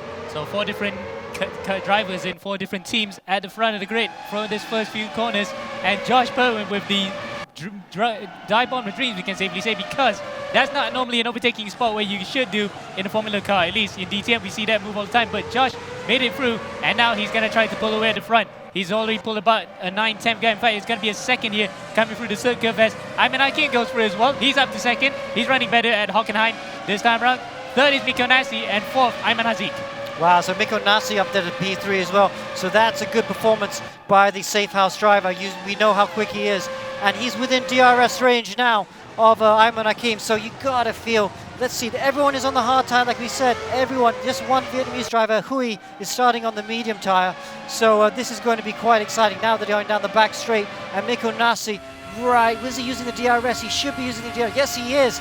But the RSG car is super quick down the straight as well. So both cars running light on downforce. Maybe the RSG car even lighter. Yeah, Nasi not close enough to do the overtake at the moment. A little bit further back, Ayman Hazik, he's just there. Mohammed Ibrahim in the other Stratus Motorsport car up to P5. So that's a good job by him. And then just behind Ibrahim, look at that. Presley Martono in the JMX car is also right there. Yeah, so there's Martona, and behind Martona you got Alif and Nakib, so they're coming up as well. But we're just right on board right now with Martono and Ibrahim right now. You see Ibrahim on the right hand side, and there's Martono there in the orange car, JMX Phantom. It is a bit confusing, isn't it, the JMX Phantom car being the same color as Team Flash, but there are some small subtle differences. In fact, it's going to be more confusing the fact that the Hong Kong team actually have similar colors to the Black Arts car as well. So some teams running the same templates, but nonetheless, the driving quality between all of them is absolutely impressive. And we are watching now AR Muhammad Alif's right behind Prezi Matono. He's going to be take 2 again. We saw them battling in the first race. Now Alif actually has the DRS again this time. He's going to go right behind Matono. Is Matono going to defend? Not this time. He's actually almost looking like he's going to let him through serenely. And in fact, Alif's going to go on the inside. Who's going to be the latest on the brakes? It is Matono, but Matono goes wide and he opens the door up for Nakib Aslan to actually go through. So Nakib actually not making the progress that we all wanted, actually. Yeah, so there's Presley there up to, Alif there up to P6, so that's good there for the championship leader. Wow, is he going to get to the front? Can he make it 4 wins out of 4 races, 100% record? He's going to have to contend with some very quick guys at the front. Josh Bowen there right now is running away at the moment. He's got a 2-second lead. He's pushing really hard though. Can he make those tires last? Is he going to go? Because at this stage, with this sort of lead, I would be thinking, okay, maybe I can conserve the tires, because the conservative strategy is always to go for the one less stop. The less time you're in the pit stops, the better it is. And with this sort of lead, I'd be thinking, okay, maybe if I can stretch out this. Or is he just going, am I going to commit to a 2-stop and I'm just going to go as quick as possible? Well, it's like by all accounts here, I think Josh is just pulling out an initial gap. Then he's trying to hold it off to actually preserve those tires in front of Mikko Anasi, who is no slouch either, because these guys are the best in the business. They can actually push those tires hard, but somehow can still maintain them. And although that said, Josh actually did struggle towards the end. He dropped back to 10th after struggling with tires towards the end. So he might be actually watching out for that. As in fact, Nicely might have to watch out for his rear mirrors with Ayman Hakim. Hakim really actually getting him at the hairpin. So the top 3 really is all going to be about tyre conservation. Let's go a little bit further back. There's a Fadli Rahman right now in the second the JMX cars. He's only 2 positions behind Presley Martona, so he's having a better race too. Kaelin Chin's just behind him in P10. Mohammed Nabil, who's been a bit quiet, is just a little bit further behind these cars. And you can see Jason Tay. Jason Tay's not had a good race. There he is right behind Nabil. So he's nowhere. Well, not nowhere, but he's not had a good first few races. So he's a little bit further back. But he's right all over the back of Nabil. Is he going to look down the inside? No, not close enough. So perhaps he'll wait later on. A bit further back, Juktin Chung is not having a good race at the moment. He was so quick in practice, but he's struggling at the moment right now, and he's right behind Whelan Choi. Oh, dives down the inside. Good move there by the Z Challenger car. Really good move. I think he did not have a good first lap, so he's trying to make his way back up the field after a poor first couple of laps. And Whelan actually there gave him a bit of a fight, to be honest, because it's good. Whelan has absolutely improved since the last season. Remember, one of the big highlights we saw last season was when he chucked it around and spun at Bathurst at the worst possible place. So he's mopped up after that, but still way behind compared to the other drivers. So and let's look a bit climb further back. You've got the Vietnamese team, Long there. Whoa, he's battling with Lance Lau with I1 Racing. So this is the top of the Vietnamese team's drivers. Long there doing a good job. He finished in the points in round 1, but he's having to fend off Lance Lau. Lance Lau there looking really good down the back straight. Oh, nice move there. And Lau just going down, breaking down the outside. Has he got the move made? No, he's covering the inside at the moment. And Long there just takes back the position at the moment. Good fight. Great battles all the way up and down the field. But there's Lau there right now. Oh, yeah, losing the... Oh, down the inside though. Good move there. So some good battles all the way up and down. It's as fierce at the back as it is at the front. But we have to go back to the front right now. And look at Josh Perwin right now. Josh Perwin is looking good. Look, big gap between him, Mikko Nassi in P2. Ayman Hakim has fallen back in P3. And let's look at this battle for 4th position. Wow, Hazik is still there in 4th position, but he's getting overtaken by Alif. And as they're going through turn 3 and 4 and runs wide, Mohammed Ibrahim is right behind him as well. And there we go. Let's ride on board with Alif right now. He's going down the inside of Hazik. He's making it easy for him at the moment as they break for turn 6. Ibrahim, though, is right behind him. So, dives down the inside of Hazik. Great move by the Indian. And great move. We did not see him in race 1, and here he is coming strong in race 2. Yeah, indeed. In fact, he was a bit anonymous in that first race, but nonetheless, he's making up for it in the second race. And that move will definitely do him a lot of wonders because he got around one of the faster drivers who came through the GP leaderboard, which is Ayman Hazik, compared to Mohammed Nabil, who's actually further behind. Now he's only has his sights set on trying to overtake Muhammad Alif, but Alif's in impervious form. That might be a tall order. Yeah, Alif's doing a good job just running away. The Stratus Motorsport team will want Ibrahim to stay close to Alif. Maybe if he can stay close, he can get a bit of DRS and might be able to get back up into the top 4. But at the moment, he's just outside the DRS zone. It looks like Alif is just running away, and he might actually close up to the top 3 at the moment. Josh got a a slowdown penalty there for abusing the track limit. So presumably that's turn 1 because you don't want to actually cut that sausage curb that's on the inside of turn 1. So you have to go a bit wide, but too wide and you get that. And the fact that Josh then, while he's actually leading the race, might not want to do that too often because it might actually get Bunassi back up close to his tail. Granted, it's 2 seconds right now. He has descended to 1.9 seconds, but that's something that Perwin doesn't want to do often. Granted that he also actually had tyre problems towards the end of that first race. There's Kaelin Chin. He's getting quite racy as well. They're all getting a little bit racy. They're trying to get closer up. Nakib again is having a quiet race. Nakib is just in front of Kaelin Chin, having to defend at the moment. Kaelin Chin down the inside of Nakib. Good move by the Australian. Slides right, but holds onto the position. Great job there. And Nakib's gone backwards. So Nakib again, very slow start to this race too. I think that might be the technique for him to do because he did say in interview just now he just wanted to watch over the rear tires and indeed all 4 corners now because it's a longer race and he might just want to keep those tires alive long enough to come through the halfway point and pit. Meanwhile, Kaelin actually did an absolutely beautiful send behind the drivers right in front of him on Prasi Matono and to get up to the position where he was right now. So Kaelin down on the charge. Yeah, so I'm going to go out on a limb here and say that Nakib's definitely looking like he's driving for a one-stop strategy. The other cars around him look like they're a bit more aggressive. But back to the front right now. Josh Perwin, again, 2 seconds in front. They're doing a good job right now. Looks like they're doing a really good job, but it just depends on tire wear. Can they make it to the 15-minute mark? How is their tire wear looking right now? If they can do a 15-minute mark, they can do this race on a one-stop. And I think that would be the ideal scenario for the top 3 at the moment. Indeed, and one stop is going to be the one that's going to think about it on the back, not the back of the minds, but at the forefront of their minds, because everyone, barring from Dang Ho Hoi, who is on the medium tires, so definitely he's not thinking about two-door strategy. He's just going to go for it. As Nasi then falling further behind there, 2.3 seconds behind Powen. So Powen managed to open up a gap here in the second half of the lap. Yeah, Josh doing a great job there. Let's run through the order. There's Josh Powen in P1, Mikko Nasi there in P2, Ayman Hakim P3, and look at that, Alif Hamilton, or Muhammad Alif getting a lot closer to Ayman, so that's looking good.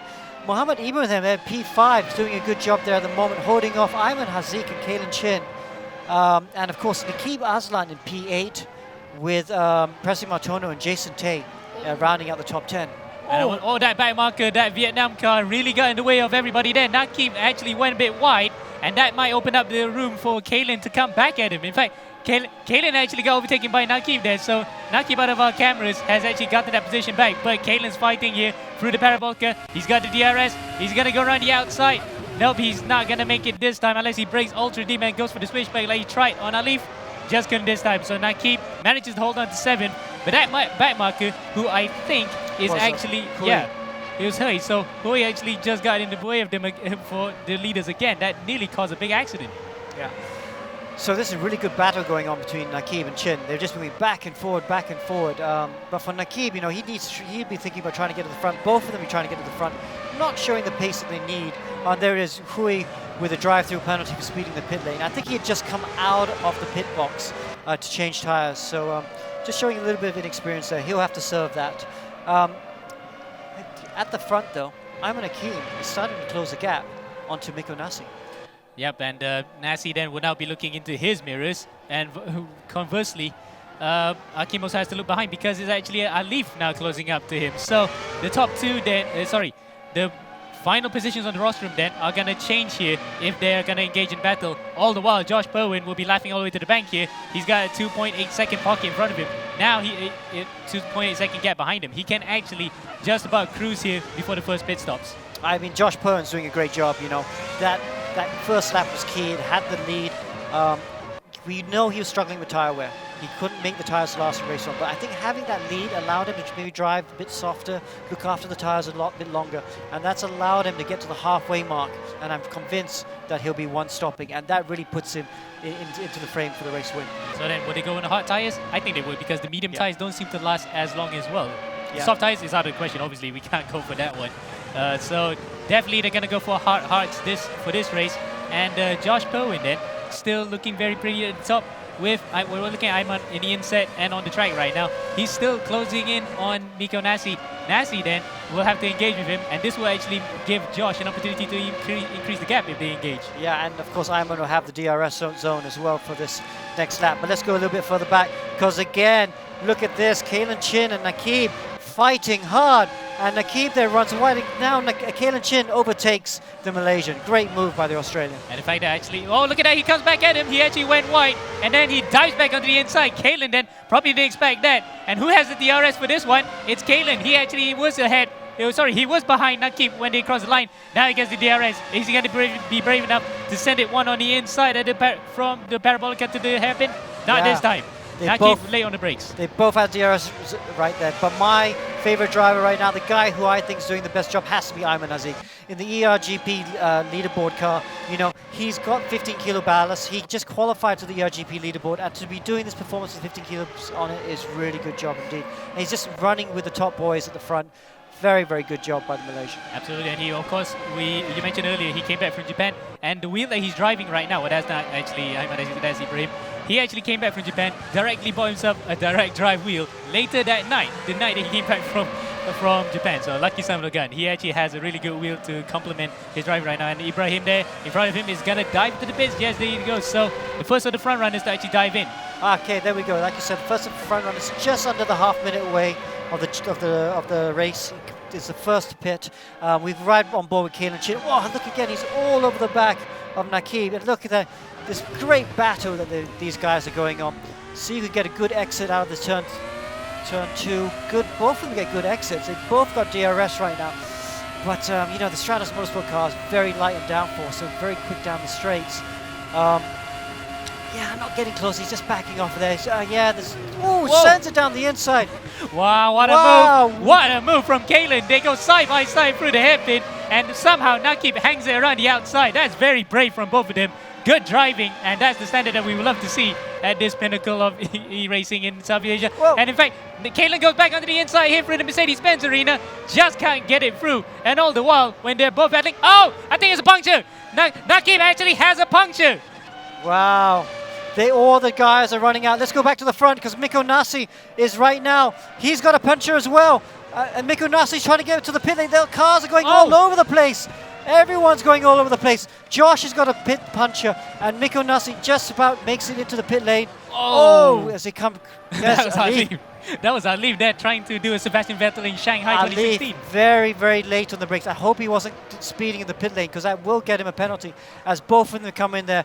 Very close indeed. So I think Josh Perwin with a puncher, and there he is trying to get into the pit lane. No, he spun it. He spun it in the pit lane. And who's that with our nose cone? That's actually one of the Stratos cars. It's actually Nakib. Nakib doesn't have a nose cone on his car. It's all kicking off here past the halfway point. They have stayed out one lap too long. And the guy who's looking the smartest of all of this might be Muhammad Ibrahim, who pitted a lap earlier. There he comes across the line. He takes 5th place away from the rest. In fact, he's up to 3rd now. That would look absolutely brilliant for the Indian driver. He's going to get the lead of the race here. Yeah, so there's Mikko Nasi. He's come out of the pit lane. But this is the guy leading at the moment. Ayman Hakim also stopped the lap early.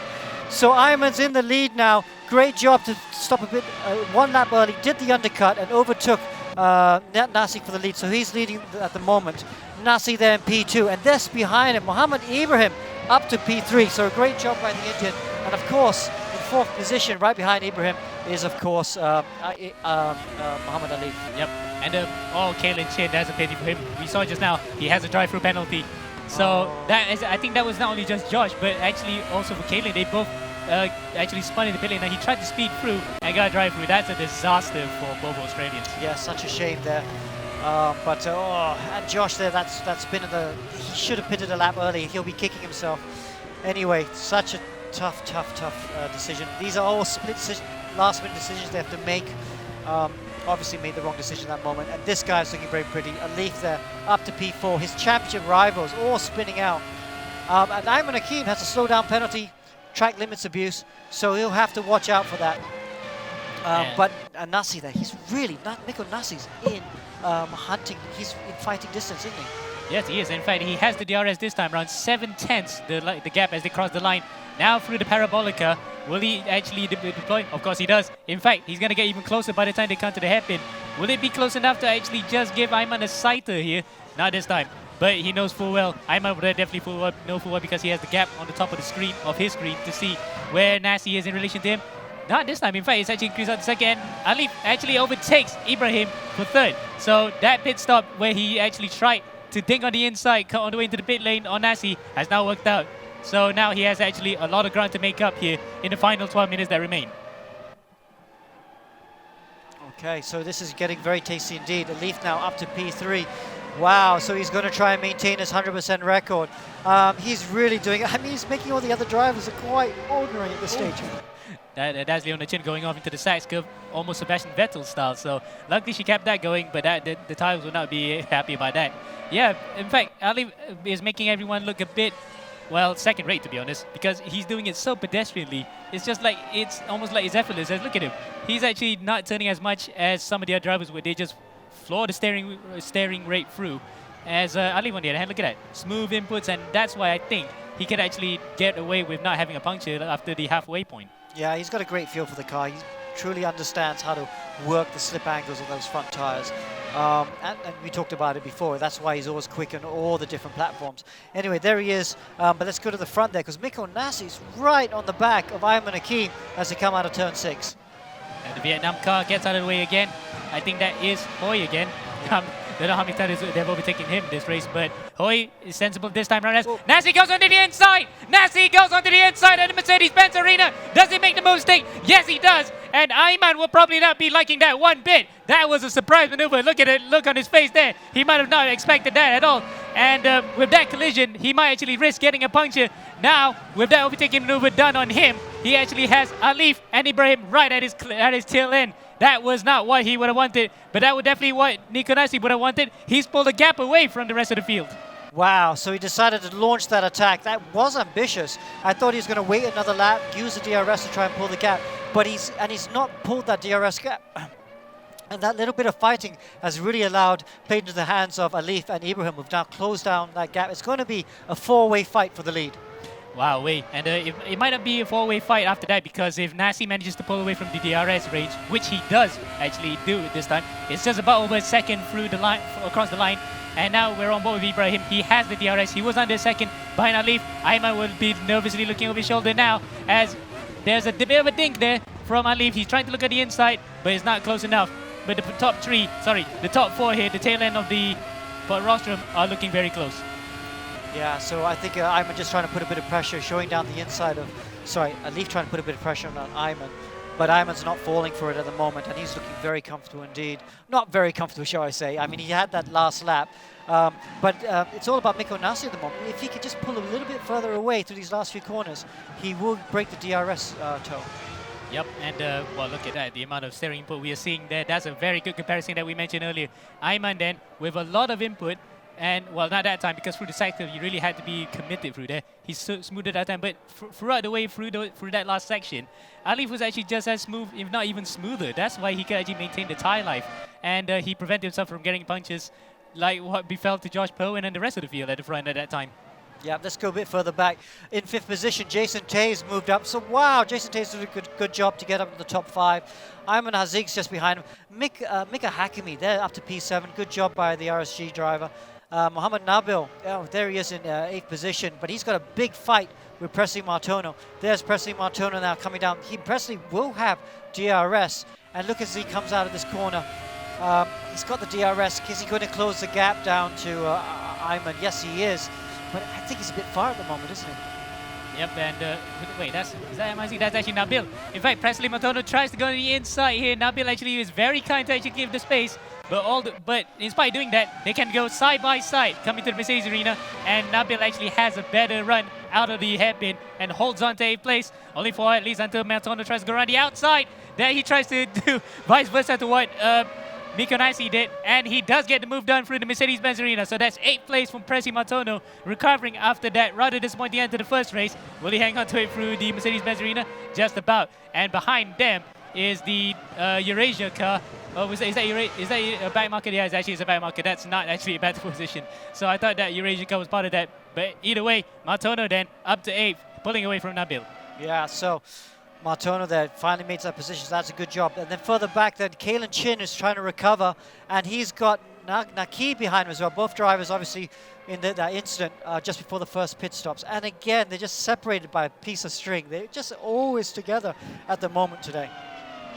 Indeed, nothing to separate them. Oh, something happened to... was that Kaelin actually overcommitting himself onto the curb and running onto the inside? Or did he actually try to reduce the time because he had a corner cutting limit somewhere? I think it might have been a corner cut. Anyway, so Nakib's got the DRS, so he's going to move out. Let's go back to the front, though, because Alif has managed to overtake Ayman Hakim for P2.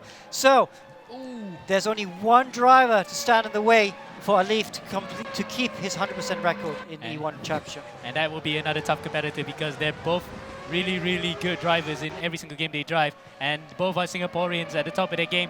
One is in front right now, Nico Nassi, and the other one is Alif in second. And judging by the gap right now, two seconds flat-ish as it comes across the line. When they cross the line now, yeah, about 2 seconds. So if Alif has enough life in those tires, he can actually try to challenge Nassi. But conversely, Nassi might have actually kept his tires alive long enough because he had that gap and he could drive a bit more smoothly. So it's going to be an intriguing final 6 minutes to the end of the race here to see whether or not these guys have enough tire life in them to actually engage in battle. All the while then, Ayman Hakim is actually falling back into the clutches of Muhammad Ibrahim.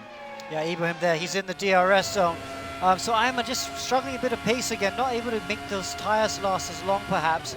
And Ibrahim going around the outside. Oh, is he going to cover? Yes, that's really close. A bit of a touch there. A bit of a touch, but they just about survive at the moment. And Ayman holds on for now. but not least, and of course we know that Ibrahim actually has the second bite of the cherry because he still has DRS coming through the other lap. He has 3 shots of it, and he goes around the outside there of the Mercedes-Benz arena. Doesn't make the move done just by yet. Ayman then looking a bit squirrely at that point last time out. I thought that he actually ran out of tire, and in fact, what happened to Ibrahim? Ibrahim actually gave up a lot of time there. Probably he cut the corner somewhere, so he needed to slow, as we see on screen as well. Indigo Anton, so he's not part of this fight. He's in 14th, only just 2 points for him. We focus on the battle here for 3rd position. Ayman then holding on for dear life. Tooth and nail here, trying to hold on. Oh, that's not a back marker. Actually, the Vietnam back marker onto the side of Miko Nasi coming in the first corner. That might be Hoi again. Wow, that is quite scary for all the drivers here because that is just a mobile chicane as he goes through the inside of an I1 car. That's probably Lance Lau. And, well, Lance Lau actually probably not giving way easily either. In fact, that actually has held up. Look at that. He's actually holding up Alif, and that gives an opportunity for Nasi to pull away here in the final 5 minutes that remain. Yeah, so Alif, I mean, Nasi got held up the corner before, and then Alif got held up. But, you know, he's still within range of Nasi. This race 2 battle is not over. It's going to be fascinating to see. Alif might be able to hold on to his 100% record. And then just behind them, though, wow, look how close. This is going to come right down very close right now because we've got Ibrahim right on the back of Ayman. Oh, back marker's getting in the way. Oh, that I1 car really... Well, despite the change in color to look a bit like a Petronas car compared to an all-white, it's still pretty much an outfit. They are learning the ropes here through sim racing. Luckily, that time it wasn't too much of a bother, but for Alif, he might have wished that he was out of the way that time so that he could be closer to Nasi. Now then, focusing on the battle between 3rd and 4th, and in fact 5th, because Jason Tay is not that far behind him either. So Jason actually is going to give this final scrap on the final roster on the podium. Yep. In a very interesting one in the final 4 minutes that remain. Wow, so 3.5 minutes remaining, and this got a great battle between the 3 of them for these 3 drivers. Jason Tay there in 5th position, but I have to go back to the front because look at that. Oh actually, Miko Nasi is getting that gap between Nasi and Alif is so close right now. Alif is he's got the DRS and he's going to be challenging for the lead to the next corner. And hopefully we can expect to have a 3rd place because here comes Alif. He goes on the inside. Does he get it? Yes, he does, just about. Oh, he's going to push Nasi a bit wide. They both touch, and Alif now gets back the room. But it's going to be side by side coming through the Mercedes-Benz arena. All the while, 3rd and 4th also swap positions. We're going to go back to them after this for sure. But it's Alif who takes the lead, and he's going to try to maintain his 100% record. 4 wins on the trot will be an absolute showcase of masterclass here in the E1 Championship. Yeah, wow, he's making the drivers look very second rate. 100% record coming up, and I was so surprised Nasi didn't defend it to 6. I would have thought he would have tried to defend. Maybe he's struggling with tire wear as well, because we know that Alif is very good with the tire wear. But can Nasi come back? Can he try and fight? Will he give up, or will he try and fight to the end? Well, meanwhile, before we can go back to that, Ayman Hakim has a puncture. Ayman actually, yeah, I think that battle between him and Ibrahim and Jason Tay has actually caused the puncture. It's a slow puncture. He has to come into the pits now, and he's been overtaken as well by his teammate Mika Hakimi and Ayman Hazik. So a disastrous run for Ayman Hakim. It's just going from bad to worse here for the Malaysian who is looking to challenge for the championship this season. And look at that, who's up to P3 for Team Flash? Jason Tay. And this is going to be another fantastic round for Team Flash as they run 1 and 3 at the moment. Wow, like a flash of lightning, but it's colored orange. It's absolutely, it's just a demonstration at the moment from this team. They only specialize in, up to this point, Dota and FIFA, but now they can put sim racing into the repertoire, and they're actually winning out it. It's brilliant. Yeah, we're riding now on board with Alif. Not on board, actually. We're just watching him drive as he comes to turns 8, 9, and 10. He's got a back marker to come up again. Always a bit worried when you come against the back markers because you never know exactly how they're going to go. Does get in the way of both of them, actually, as they come to Sachs curve now. Oh, actually, you know, it's not over yet. Oh, Nasi there gets a bit sideways on the way out. I was going to say, Nasi hasn't given up on this, you know. Miko Nasi in P2. He's not actually showing Jason Tay right now in the bottom left and Muhammad Alif on the bottom right. But Miko Nasi is not giving up on this as they come through turn 1. He's so close, 1 minute to go. So basically, this is the last lap. Oh, and Nasi knows it. Nasi knows it. He needs to make a move done. And that touch might actually give Alif a puncture because we've seen before, like what happened last time out with Nabil and Kaelin, a slight touch between the front end plate and the rear tires can actually cause a puncture. But Nasi knows he's there. Alif knows that Nasi's there. And look at that! Nazi around the outside. What a brave move. He outbreaks himself. Does he get the move done? No, it's side by side coming on the hairpin. Alif holds on to it, but Nazi has the DRS still, and he might actually get him through the final sector here. The battle's not over yet. They go side by side, coming from the Mercedes-Benz arena. Nazi goes onto the inside. He pushes Alif off. Alif's off the circuit, and Nazi takes the lead. What an absolutely brilliant battle here for the lead in race 2, and it is gonna be Nazi who breaks the Alif stronghold here in season 1. What an absolutely brilliant end to the race. Wow, it's not over yet. Do one of them have a punches? Alif is running a bit wide there, but I can't believe it. Mikko Nasi through in the last lap. Wow, and Nasi then showing why he's a gritty driver. He comes around the final corner. Unfortunately, we can't see the top half of his face because his camera is there. But Nasi takes the win in race 2 at Hockenheim in dramatic circumstances. Alif comes in second. He looks a bit disconsolate, but he'll be happy to know the fact that he can extend his championship lead. Third is Mohamed Ibrahim with a great strategy to actually get him out to third place. Wow, how exciting was that? Wow, we have to talk to the race winner. What an absolute masterclass. Let's jump on the line with Mikko Nasi, the calm, cool Finn. He's back. Mikko, you are back. How was that race 2? So much going on. Walk us through your race.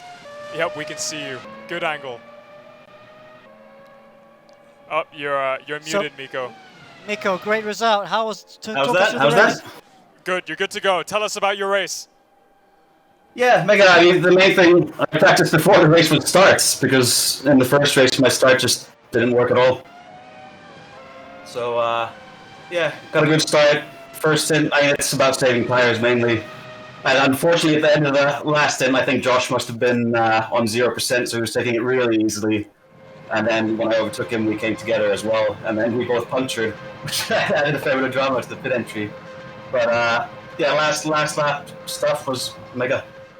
And in your simulations and practice, did you guys preempt these punctures, or were they a total surprise? Well, we knew that the punctures were coming based on like previous races. But yeah, so it was like trying to save tires and then trying to attack as well. So it's really tough to manage. And those final laps, those final lunges, a lot of aggression on your side despite your calm and cool demeanor. How were those overtakes? How is your car doing? Yeah, I think it was aggression on both sides. It was on the first impact. I just braked my normal, and it was a little bit too late. So then I kind of had to try to dive to avoid Alif. And then after that, I think he took that as aggression, so he was aggressive back to me as well. And yeah, it was a mega last lap. All right, well, a masterclass in racecraft. Thank you so much, Mikko. Good to see you back at the top step of the podium and ending Mohamed Alif's winning streak. Looking forward to more in the rest of the season. Thank you.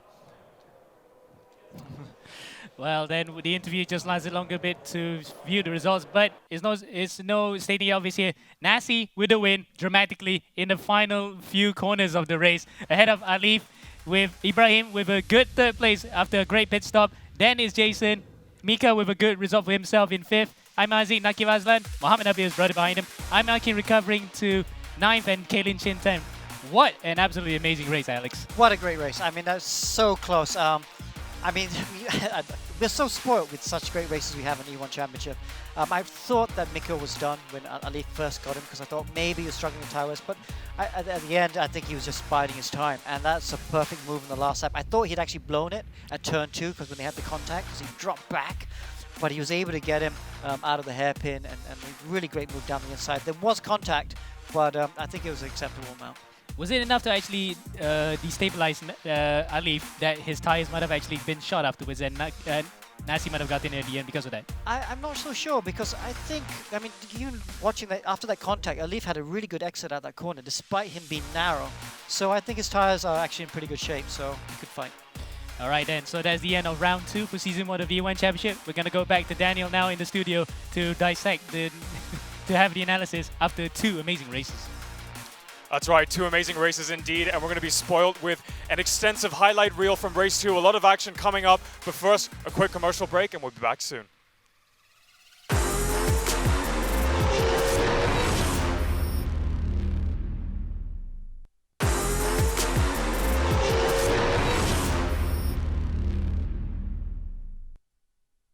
And Aaron goes on the inside. Yevon David made it through. Troy Iman's got the better of Nakib. Season 0 champion!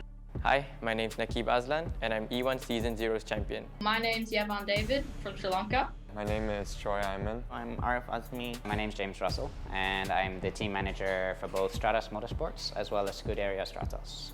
Well, I think Stratos Motorsports had an advantage because there were kind of two teams. They had Stratos Motorsports and Scuderia Stratos. So they had 4 drivers always testing together and working together. I have quite a lot of experience running a race team, having run Stratos for now 11 years. I actually came completely from a sim racing background. I've never done real-life racing before this. I knew James, did some karting with him. With the announcement of E1 Championship happening, he approached me asking if I want to do it, and I didn't want to say no.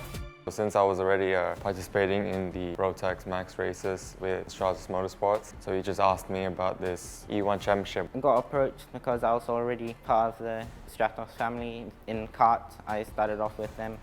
With Yevon last season, everything was really, really good. He actually got the opportunity to go to Europe this year to race full-time in the World Championship in karts. So we did end up with an empty seat. Unfortunately, Yevon couldn't join me for this season. So me and James, we had a talk. We had several names, and Ibrahim was the best option. Hello everyone, my name is Mohammed Ibrahim. I did my first Rotex race with Stratos, so I knew James Russell from before. Ibrahim has been a front runner, if not the champion, in everything that I've seen. He was almost a natural choice for us to replace Yevon. I think in any change, there is an obstacle and there is a challenge. They are not too familiar with each other at the moment. However, that will change very, very quickly. It's a great thing to have a champion beside you because you have the best benchmark and you can learn everything from him. Hopefully, we can work together well and bring back another championship this season. Stratos is one of the top teams. I've got to say the performance of Nakib Aslan did impress me. He drove superbly throughout the whole championship. He's just on another level. He's really, really good. Don't expect me to slow down. For me, it's just to improve with every race, pick up a few podiums. Stay consistent, try to finish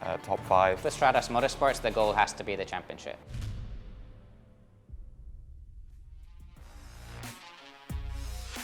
I love that graphic, the green armies. Now, we saw a lot of the green armies in Season 0. Of course, they were our inaugural E1 Championship team winners as well as Drivers' Championship winners.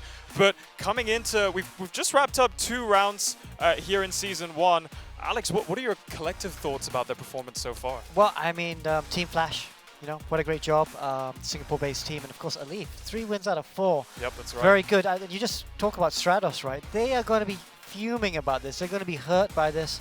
They are a real-life team. They came to sim racing, and they're going to want to try and take control again.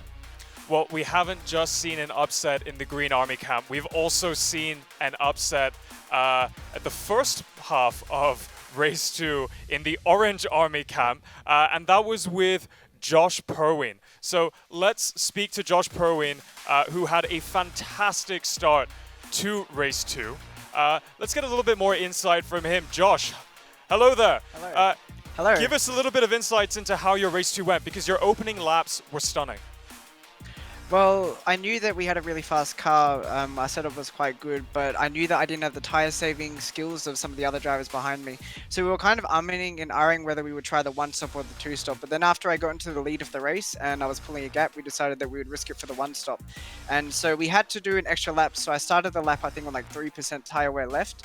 And I knew that I could make it home as long as I didn't, hit any like curbs or anything that would cause a puncture. But then Miko dive bombed me at the stadium section, and that ended up giving me a puncture. So I struggled the last few hundred meters to get back to the pit lane, unfortunately. Yeah, and that was actually a very interesting lap in the race, because it wasn't just you, actually a handful of drivers on the hard tires as well experienced tire punctures. Walk us through the opening laps, because those are the most important for a racing driver, and you just managed to pull an incredible lead and get yourself out of that DRS zone. So what's going through your mind, and how are you actually doing that?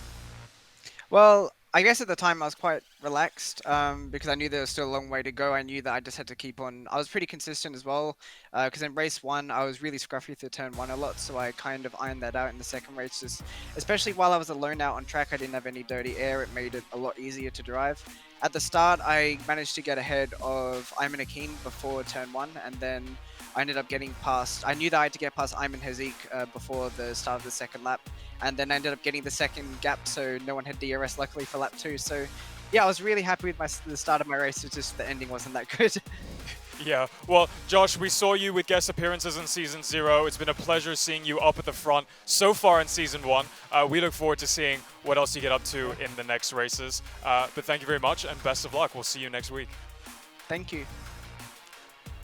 All right, Alex, I think we should speak to Jason Tay, who came in as a, I wouldn't say substitute, he's actually replaced Mohammed Tasbi from last race.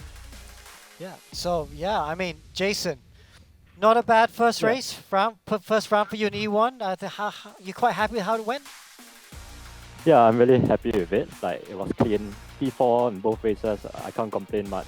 It's been a while since I got into competitive racing, and really happy with the results and looking forward to more.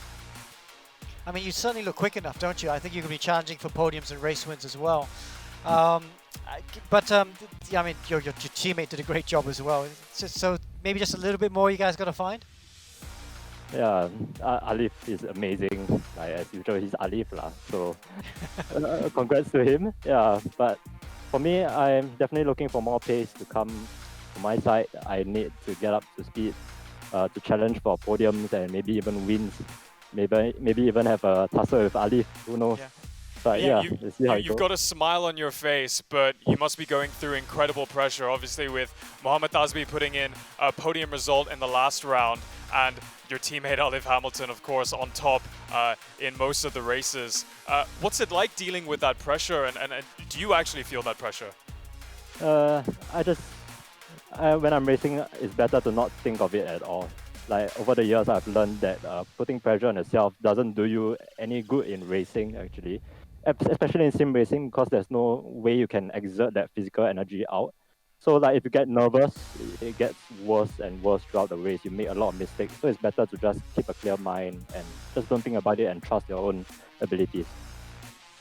Okay, sounds good. All right, thank you, Jason. Alex, I feel like we've got time for one more interview. Let's speak to Nakib Aslan of Stratos Motorsports. Just before we came back from this commercial break, we had a quick excerpt on the Green Army. Nakib, hello. That was an exciting race too. Walk us through it, please. Yeah, so it was going well. We had decent starts, obviously with the reverse grid. Made good amount of places, and yeah, we're just set to go through the races and, you know, make position one by one. Sadly, we couldn't keep up with Alif at that stage. We got stuck behind Ayman and I think it was Ibrahim, so the dirty air was really hard for me. And then, yeah, I made contact with another competitor, caused me to have a puncture, which, yeah, put me back in the grid. But overall, I think it was a good recovery in the end. I mean, Nakib, it did look like a difficult day. I mean, race 1 wasn't so bad. You got runner-up, you almost took the win. Race 2 didn't go your way, but it looks like you're still struggling a little bit for pace. Back to the drawing board. What do you have to do to try and turn things around for round 3? Yeah, I think the first 2 rounds hasn't gone as planned. Obviously, we have been fighting at the front, but it hasn't been going consistently in race 2 for us. So hopefully, you know, we'll be working harder for round 3, hopefully, and bring back some wins this time. All right, well, thank you. We shall see if the Green Army gets back to the top step of the podium. We've got 6 more rounds to go. And up next, that was a hectic race too, so it's going to be an extensive highlight reel, but let's throw it to the highlights and see what happened just now. Okay, so here are the highlights for race 2. Good battle at the front where Josh Perlman was pulling away at the front, but we saw this great battle between Kaelin Chin and Nakib. Just kind of went the whole race until this contact put Nakib off. And then here, as they try to get to the pit lane, contact with Perwin and Mikko Nassi meant they both had punches, but Mikko Nassi was able to get out of the pit lane and lead at this point. But then Alif was able to overtake Mikko on the last lap, tried to go around the outside turn 6, didn't quite make it, but he wasn't going to give up, and he downed the inside of that corner, well, right on the limit, and it was just enough to take the lead, and he would hold on to the win.